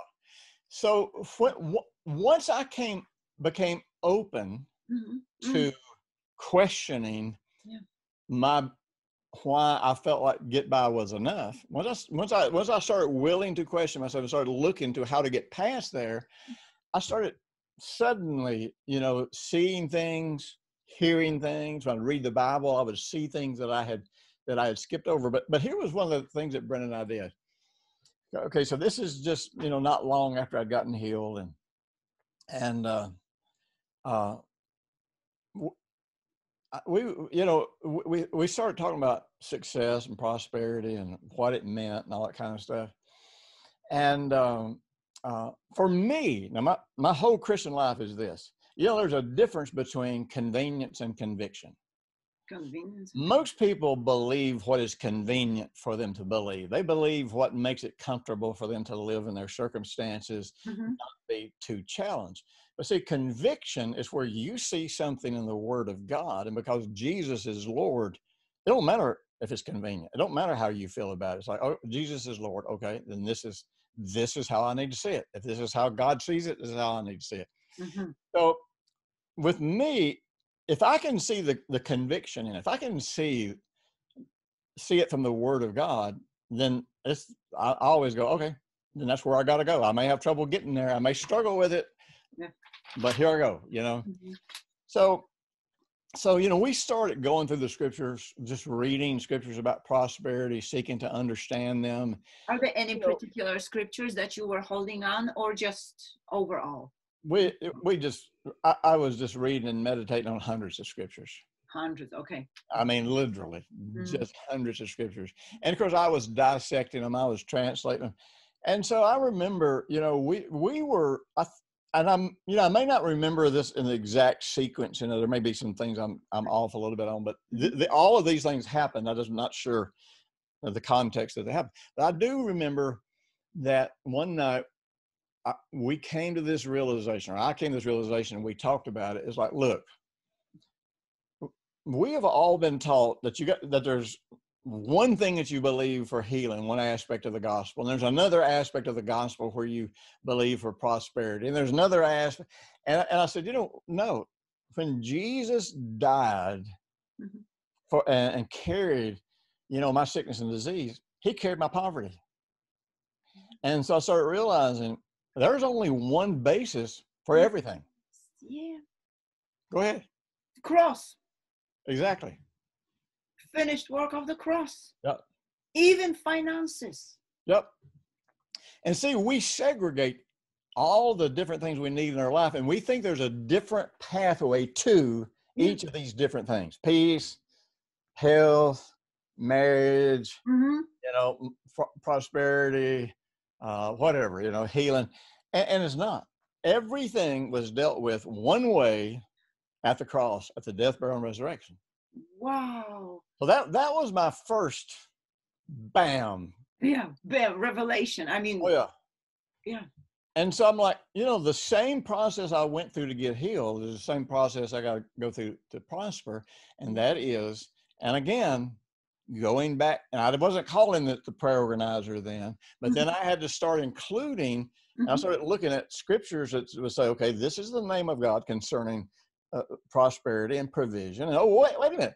And here's what Jesus did on the cross concerning prosperity and provision. Yeah. So then this is who I need to be. This got to be my identity. And I started linking everything to the death, burial, and resurrection. Remember your last daily life lesson. You were talking about it, the being complete. That applies to this as well. Absolutely. Everything that you read about getting saved, getting born again, going to heaven, having your sins forgiven, all of that applies to health, healing, prosperity, peace, joy, every need that we have in our life. There is nothing outside the cross. And that's kind of what we've done. We said, well, the cross is about salvation. But now you got to have a different kind of faith in something else over here to get prospered. No, you don't. That's what religion says. That's what religion, the churches tell us. So, I've gotten so many angry letters over the years about what I'm about to say next. So I had this realization that, okay, so there's a logic. Now remember, the logos of God is logic. One of the meanings of logos is logic. So God has a logic that he never violates. He never departs from this logic and becomes irrational or inconsistent. And so, so let's establish a logic. I love doing this when I'm thinking through theology and doctrine. So here's the logic. Do you believe that since God was so loving and so kind that he sent Jesus to become our sin, to pay this horrible price, go to Hades, conquer death and hell, be raised from the dead, and give us so do you feel like we kind of have an obligation then to accept salvation? Mm-hmm. Do we? Yeah. In other words, if God went to all that trouble, don't you think we kind of have some kind of, okay, then we should look at that and go, yeah, okay, then there's nothing to think about here. If you did this it'd be just like if somebody walks up and says, hey, listen, I got a little something for you, Abby, I want to give you $1,000. Do you think the appropriate response would be to say thank you, or do you think the appropriate response would be just trying to walk away and go spend your money? Let me pray about that. I'm not sure. So the appropriate response to all the sacrifice that God made is to always say, okay, then I'm going to enter into this. I'm going to accept it. So I started realizing just as much as I am responsible to live a godly life, I'm responsible to be healed because that's part of what Jesus paid for. If he paid for it, I don't have the right to say, no, don't really want that. But likewise, if prosperity and provision was part of the covenant, part of the price that he paid, I don't have a right to reject it if Jesus is my Lord. You know, it's so simple, so easy that I believe our first response is yes. But then the religion comes and messes it up. The theology, but this, but, those B-U-T. So, you know, this was when questions. We knelt down in our bedroom at the foot of our bed and repented for being broke. So good. So we can repent from being broke. And, you know, confession, you know, remember the word confess is so important. Confession starts with owning where you are. Yes. And remember, you know, I've talked about this a lot, how the word confess in the Hebrew means to pick up a rock. And why do you pick up a rock? So you can throw it. So you throw it away. And I always compare it to having a rock in your shoe. You can't get rid of the pain of the rock in your shoe if you don't take hold of it and throw it away. Last Cyber Church. Very good. So you got to own it. And so, you know, I just owned it. I was like, okay, God, you know, I'm broke. I got some messed up beliefs about prosperity. And so, but here's the deal. I'm gonna find out what your word says. I'm gonna find out what Jesus did through his death, burial, and resurrection. Whatever he did, that's where I'm going. First, we have to stop believing this is God that puts it on us. Yeah. Well, you know, if you believe that God is putting poverty on you to teach you something, then you are taking the name of the Lord your God in vain. Because his name is not Jehovah who makes you broke. But Jireh. His name is Jehovah Jireh. His name is the Lord God who sees and provides. So we believe things about God that are contrary to his name.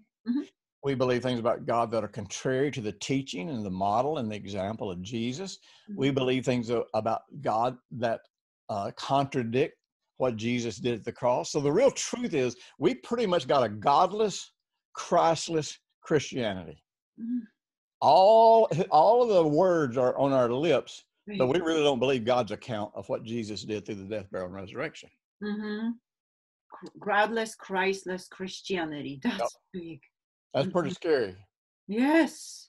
So then I did what I did with my walking into my healing was I started saying, okay, so now I got the right information. That's renewing your mind. But remember, transformation means I got to persuade my heart so that I can put off this corrupt belief, send it away, not let it influence my life anymore, but put on a belief based on the finished work of Jesus.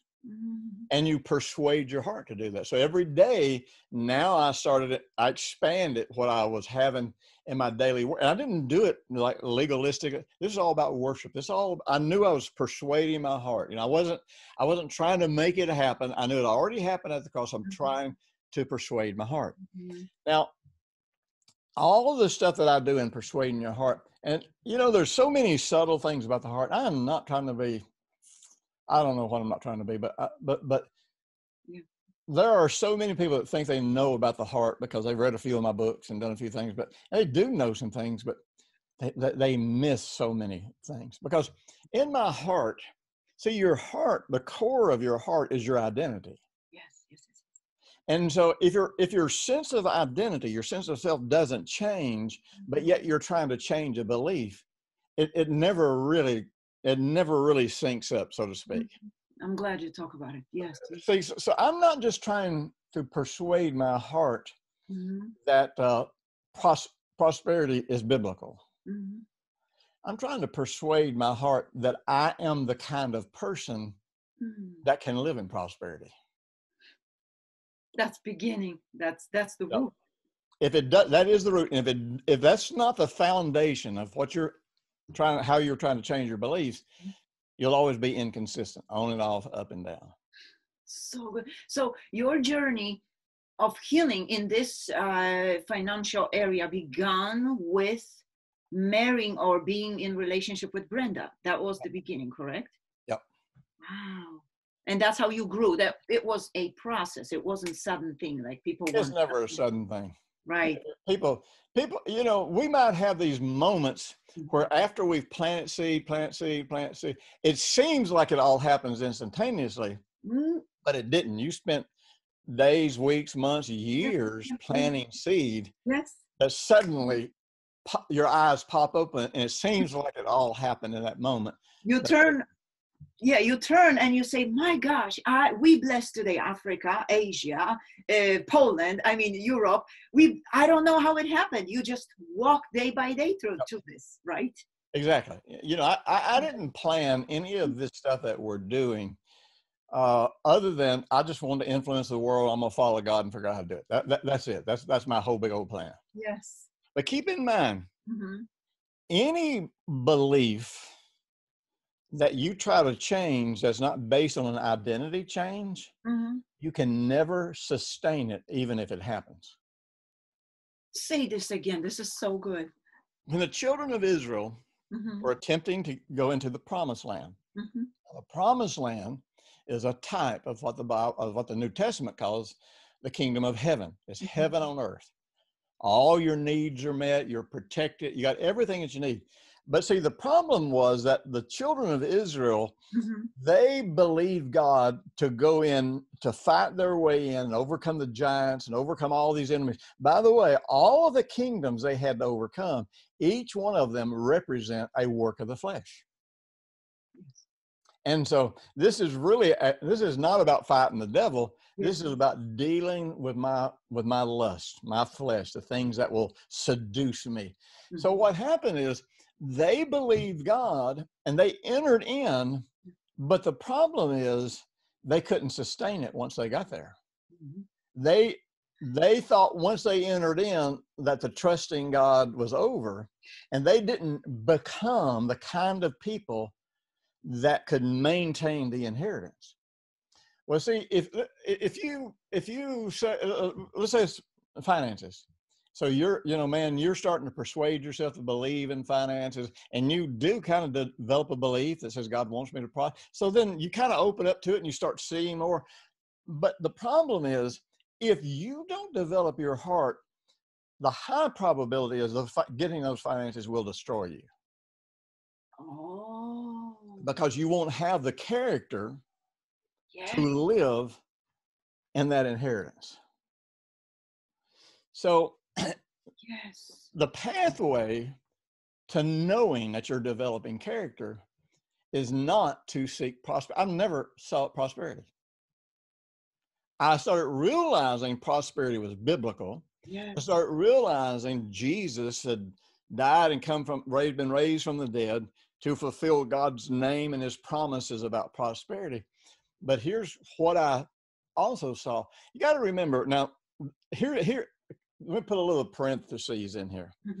So, I never wanted to pastor again. I never wanted to be in the ministry again. I was sick of the ministry. I was sick of it. I I was successful. I was incredibly successful. I had the same problem in the ministry that I had with my band when I played music.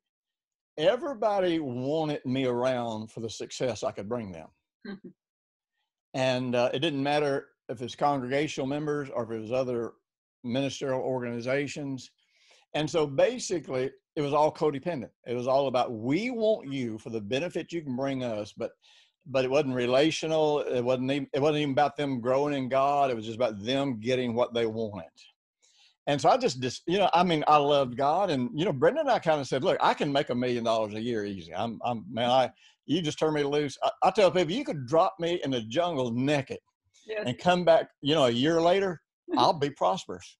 That's just it. Because I can't see myself any other way. That's part of my identity. You're going to be the king of the island. That's right. And so Brenda and I just said, you know what? I said, look, I can make $1 million a year. We will win people to Jesus on our own, and we will support ministries. And I'm happy with that. I don't really want any more than that. And so, because to me, ministry was never about standing in the pulpit. To me, it was more about sitting across the kitchen table from somebody and leading them to Jesus and helping them and, getting them healed. And so, I was still ministering to people when everybody was prophesying my death. We were winning people to Jesus, so, we were really content just to, like I said, to win people. Brenda and I would go out, we'd go down to the parks. We'd go downtown to the parks, and we would see people sitting around on park benches and stuff. We'd go up, start talking to them, lead them to the Lord, pray for them. And, we loved it. I mean, it was easy and light. And so, I've told this story. I won't repeat it, about, ended up getting into ministry. But here's a really interesting thing. When I moved to Huntsville, I did not have a forwarding address. I had an unlisted phone number. I made it where Christians couldn't find me. Like, leave me alone. I'm going to go to the lost. I'm going to win people to Jesus, but I'm staying away from you people because I can't stand you. And that was that's just where I was. And I didn't blame them. It's just like, I was just done with them. It's like, I can't make my life count and deal with all this dysfunction. But I didn't realize that everything that I had been taught about ministry played into and fed that dysfunction, and I was a part of their dysfunction. I didn't know how to prevent people from becoming overly dependent on me. That's one of the things. Strong, decisive people, everybody around you wants to come and you to save them. So your personality determines if you have those people, you attract those people or not. Correct? Yeah. And so when you're decisive and when you're a mover, I'm sure you had this your whole life. You're a decisive person. You're not going to sit around and wait for everybody else. You're going to do what you want to do. So people look at that and they go, oh, she'll help me. She'll find my solution for me. She'll pray for me. So, I would, and by the way, this is what I wrote, Leadership That Builds People, Volume 1.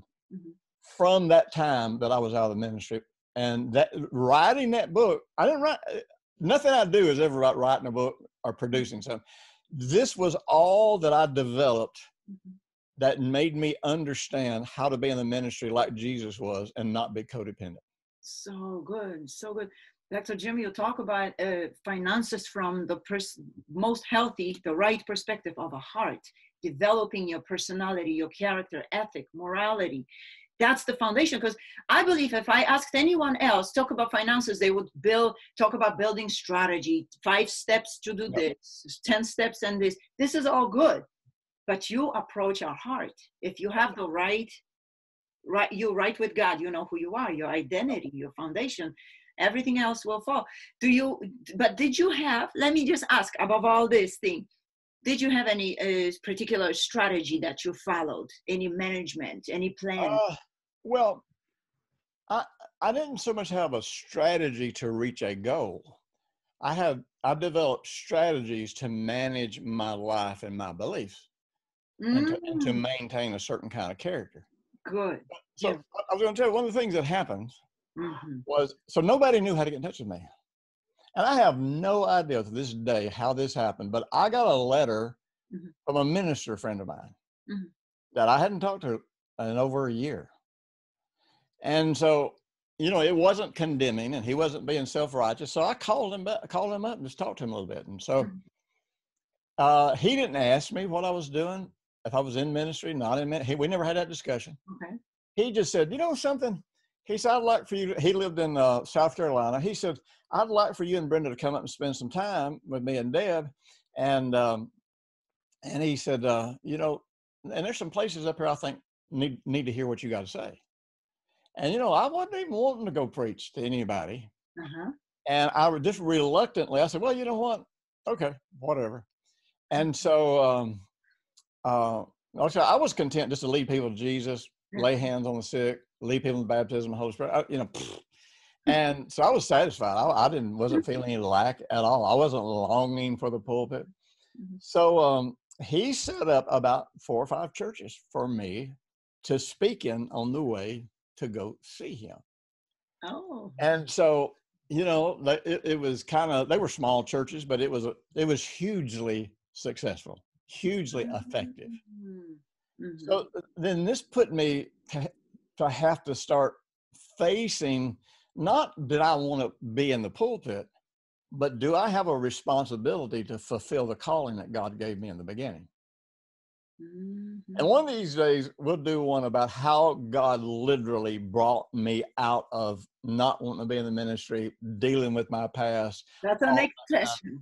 But that's a whole nother thing. But so anyhow, yes. You know, as Brenda and I kind of wrestled through these things, our first decision about finances and all this kind of stuff, and even ministry, was, yes, we got to be generous. We have got to be generous. And again, that's the way I was when I first started ministry. It's like, you know, like I said, I paid for, I mean, I used to buy a case of Bibles a month to give away to people I was discipling. I bought typewriters. I bought printing machine. I paid for it myself. Yes. And so generosity was never a problem. And so, you know, and then Brenda has a unique generosity through hospitality. Right. So see, it takes 2. How much harder it would be if Brenda was different? Well, it would have never happened. It would have destroyed another marriage for me to be in the ministry. You know, one of the things I have to say this to good about my ex-wife is that she has said always to people, she said, you know, I would never have done this. I've never lived the life that Brenda lives. And I never wanted that. And that doesn't make her a bad person. It just means that she didn't want to go where I was going.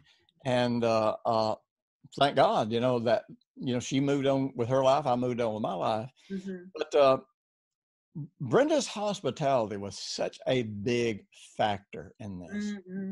And so our thing was, you know, I had to deal with the fact that I needed to receive offerings because I even though I could make $1 million a year, I still couldn't finance what God was calling us to do. You know, you have to realize something. For us, just to do the basic things that we do, and it's not this much now because we got rid of so much of our overhead. You know, we're debt free. We don't owe for any property. We took every penny of that we used to pay on building payments, every penny of it, and put into outreach. And so, but you know, we used to have a minimum of over $5,000 a day just to keep the doors open. Yes. And, you know, people never knew that. We never told them that. We never advertised that. We just talked to people about what we were doing around the world. And so every now and then, you know, we would go to some church, usually some Word of Faith church. And, you know, we'd have great meetings, go out to eat with the pastor, and he would talk about people buying him cars and all that kind of stuff.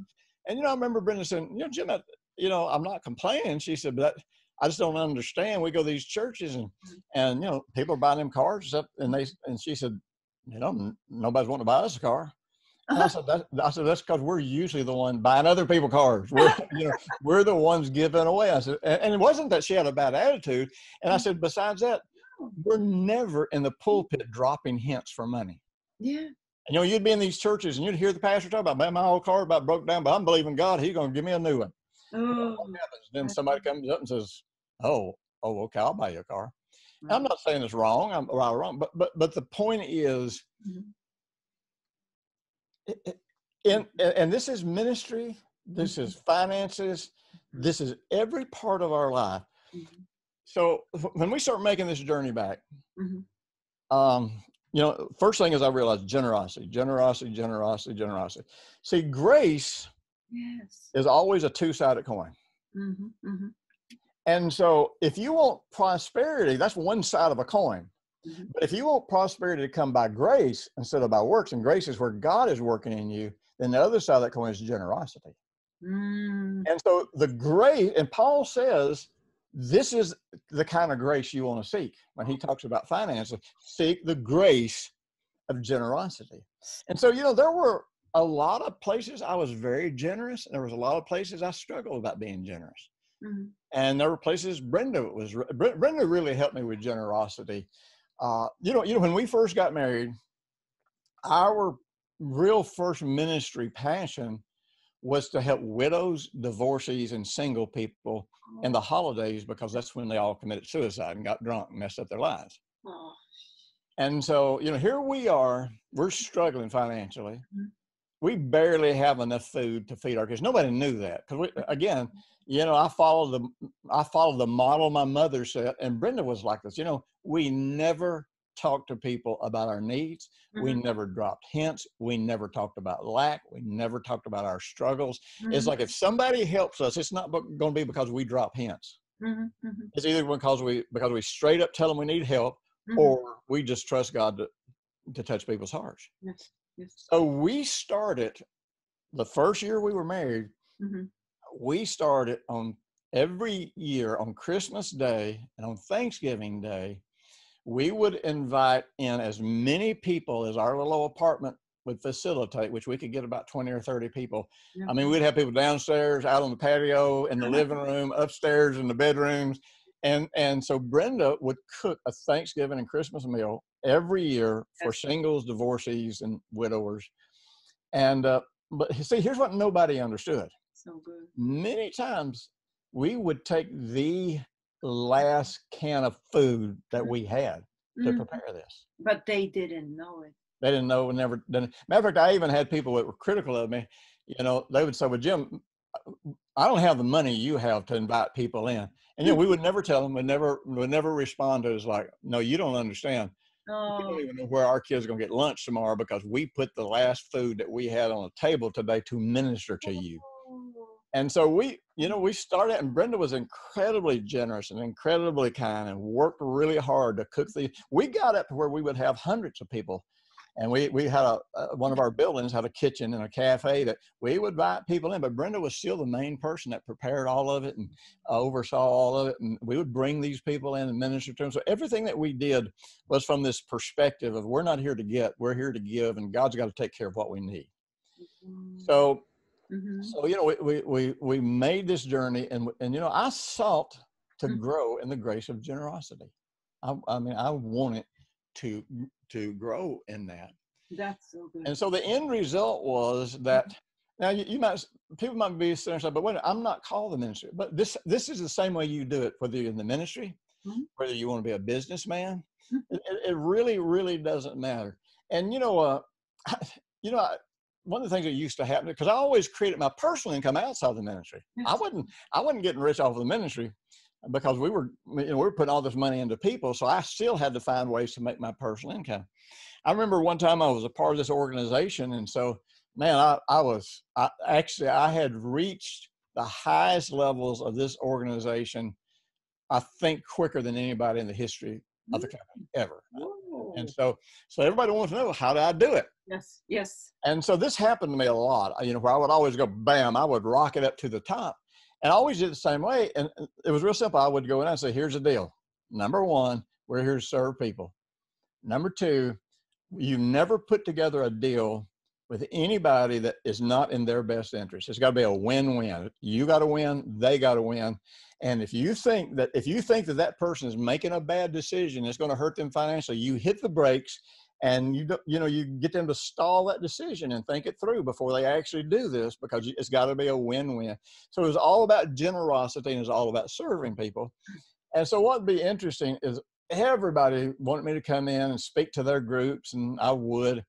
And what was interesting is they would kind of try on the surface to act like that's who they were, but they never were. They would never leave. They would never lose a deal. It didn't matter if it bankrupted the person they were doing business with, as long as they got their commissions. So there's a lot of people that talk this game, but the real truth is that they don't make. So here's I'm going to bring this to the apex. Okay. And other than questions you got to ask, I don't know that I'll have anything else other than questions. You answer most of them. I will just give you one popcorn question. Okay. So back at the beginning of this thing, when God started dealing with me about being in the public ministry again, which is a big challenge for me. I mean, it was a big challenge. Number one, I knew I was going to face persecution, and but that's part of the deal. I just accepted it, and with my decisions bear fruit. I'm gonna have to walk this stuff through, and my whole strategy was, you just be godly until people can't deny it. Yes. And eventually, you just outlive your past. You have to be godly until people cannot deny it. That's awesome. So one night, I don't remember where Brenda was, but man, I was in our apartment, I think, and I was just walking around praying, and I had an experience. I don't know if you remember Saul, King Saul. He had an experience where Samuel had him throw these arrows down on the ground. And he said, you stomp these arrows and break them, and this is what God's going to do with your enemies. Do you remember this? Yes. Well, Saul only broke a few of them, and because he wasn't taking it serious. He wasn't obedient. And now, see, we read stuff like this, and if without the Hebrew or without trusting who God is, we misunderstand God's saying. God's saying, you know what? You didn't do what I called you to do, which means you'll never drive out all of your enemies because you didn't break all these arrows. Now, the point wasn't that God was punishing. God was revealing what was in his heart. Right. It's about him. His character. So I kind of had this, I was walking around praying. It was a real similar experience where it's like suddenly I could see a map on the floor. Okay. And God saying, walk all across, across this nation. And wherever you put your foot down, I'm going to open these doors here for you, and you're going to influence all. So man, I just walked back and forth across that thing, just praying and worshiping, and crying. So the Lord speaks to me. He says, "Now," he said,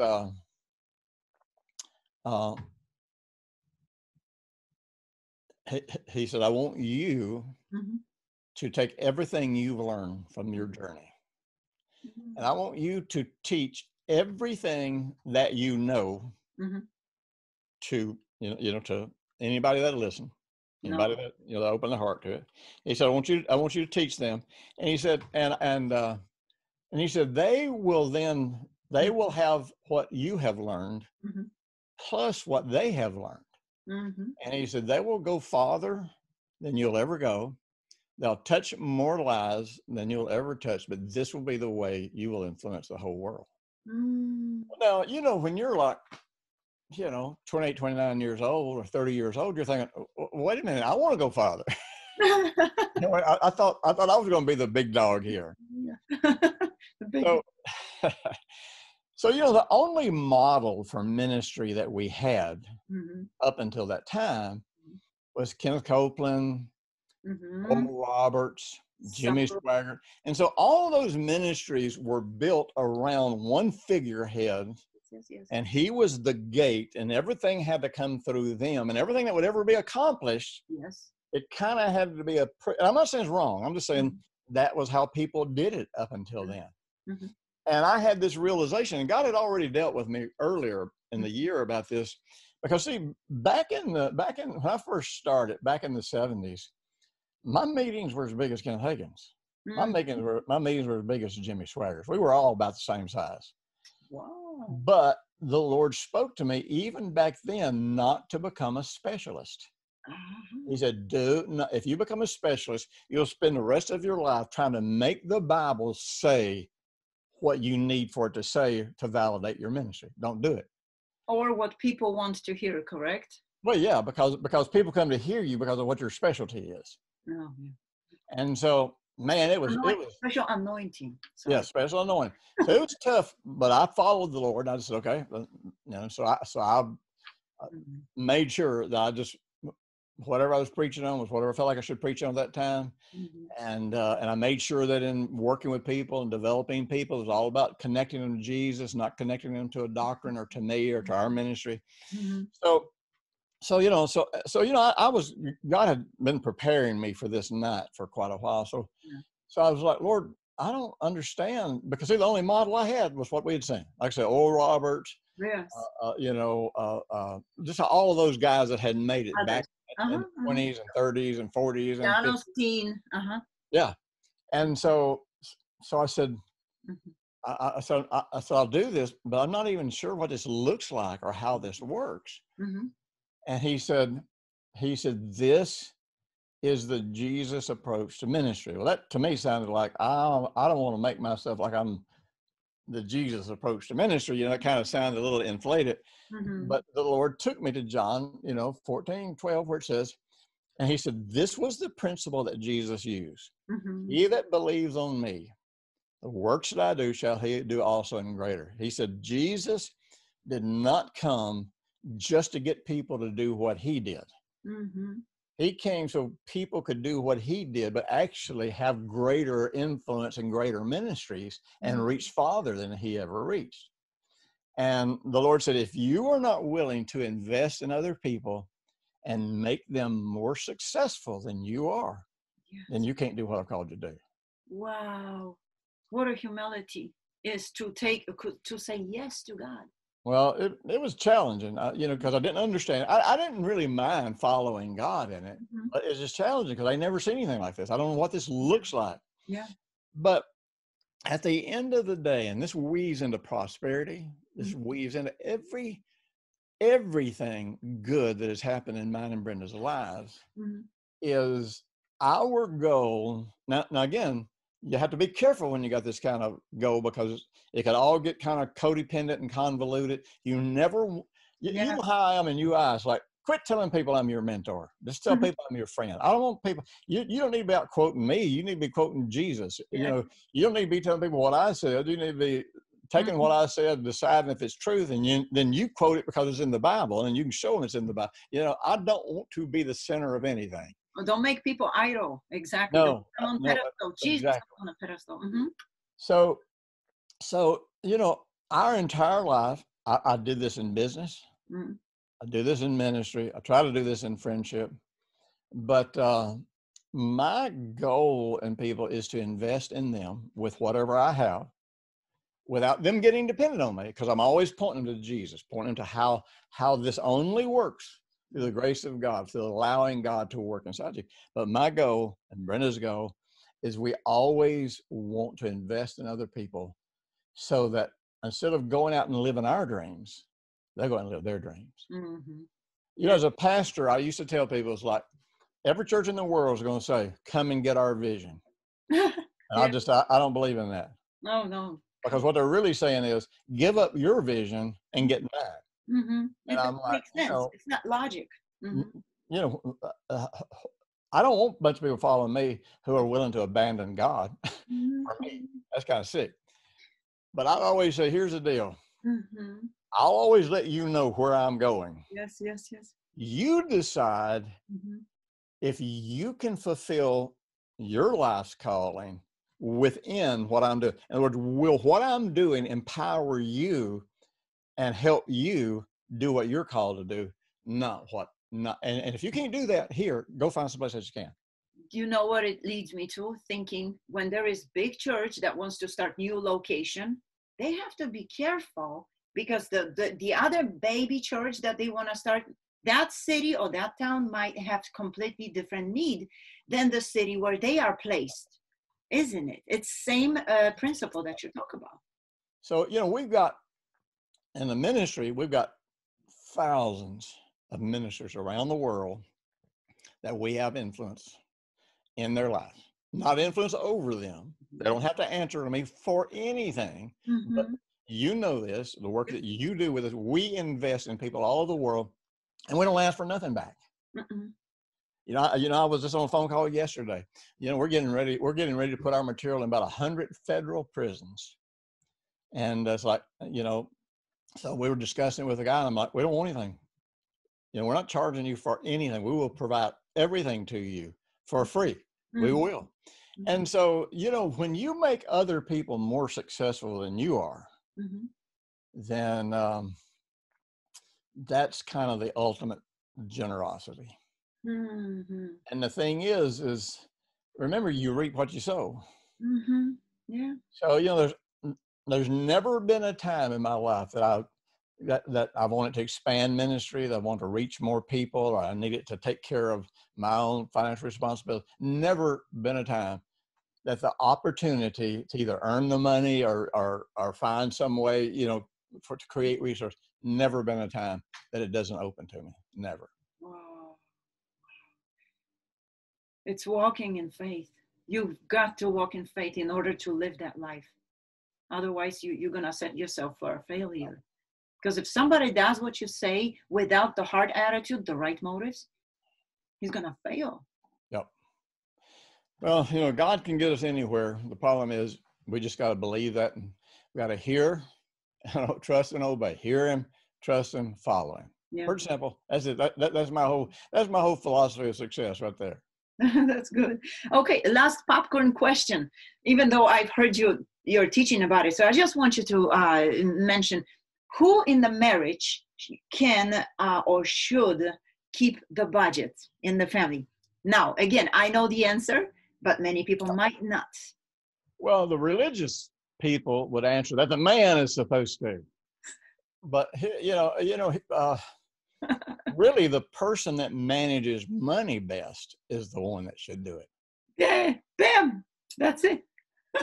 You've heard me, and I've done this many times in marriage counseling. You have a man and a woman sitting there, and I'm just thinking back over, I don't even know how many times I've had this happen, where you'd have a woman she's successful, she's always made money, she's always had good business, has never been in financial trouble. She gets married, and the man demands that she submit, which that whole concept of submitting to the man is not in the Bible. It is a deliberate twist in the translation. But anyhow, so she gets duped by the preacher and by the husband into submitting to him and letting him take over the finances. And within a year or two, they're nearly bankrupt. Mm-hmm. Mm-hmm. And so you're sitting there, and the guy's trying to tell me yes that this is a godly thing. Mm-hmm. And usually I would say so let me ask you this. Mm-hmm. Do you think God is so stupid that he would let you manage the money? Just because you're the man? I don't think having genitals, I don't think having male genitals is actually the qualification for managing money. I think the person who has the experience and the success is the one that's qualified. Amen. And bam and Selah to this. And listen, guys, it would just take the pressure off of you. And if your wife is better at managing than you are, and you're not willing to do it, man, you're a control freak. You're an egomaniac. You just want to buy what you want to buy and have control. Just admit it, own it. I've had to own all that stuff. I've had to make this journey myself of dealing with all of these things. Here was a weird thing for me. The only people that were positively influential in my life has always been women. Yeah. And so in the South, you grow up and you become a chauvinist. I can remember as a very young believer, I'm thinking, there ain't never been a man who's ever helped me. There wasn't a father to help me. I had my uncles. I can't take that away from him. But it's like my mother's inspiration to me. My sister helping me learn how to read and write and teach me things when I was a kid. All of these women throughout my life have been incredibly, incredibly beneficial. And if I hadn't listened to Brenda, I don't even know where I would be today. I know I'd be walking with God, but I tell you this, like I say, every day, this is no exaggeration. No. Every day, I speak to about 1 million people every day, all around the world. We're on, my Cyber Church program is on in every country in the world. And we're being added to different networks on a regular basis that are, again, going all over the world. Yes, You know, we got we are prison expanding churches. Let me just add, and we are extending churches. We are sending more and more. And you're such a big part of that, Abby. I hope that people know that, and I hope people will help us support what you do in ministry, help finance it. We need to raise at least another $1,000 a month for you as soon as we can. And so people that want to help do that, either contact her or contact us. But let's do it. I would like to see her. I'd like to see her income increase $1,000 a month, which really still is not enough for what she's doing. But you know it. You see it probably maybe more than anybody, and how many people are getting exposed to this every single day. But the great thing is, it's not because I'm out there running all over the world. It's because I invest in you guys invest in whatever you're called to do, and somehow or another it's a synergy. It just comes together and it happens. Yes, Dr. Jim, it's amazing session, so loaded with so many messages. So I'd like to say to listeners, don't listen to it just at once, because you might miss something. Just pause sometimes, reflect on it. I'm telling you, that's when I soak. Take notebook, write down everything that Dr. Jim says, because here in this very session, you have at least 10 series. Oh yeah, easily. So thank you so much, Dr. Jim. It's amazing. Thank you guys for listening. Amen. Thank all you guys for being here.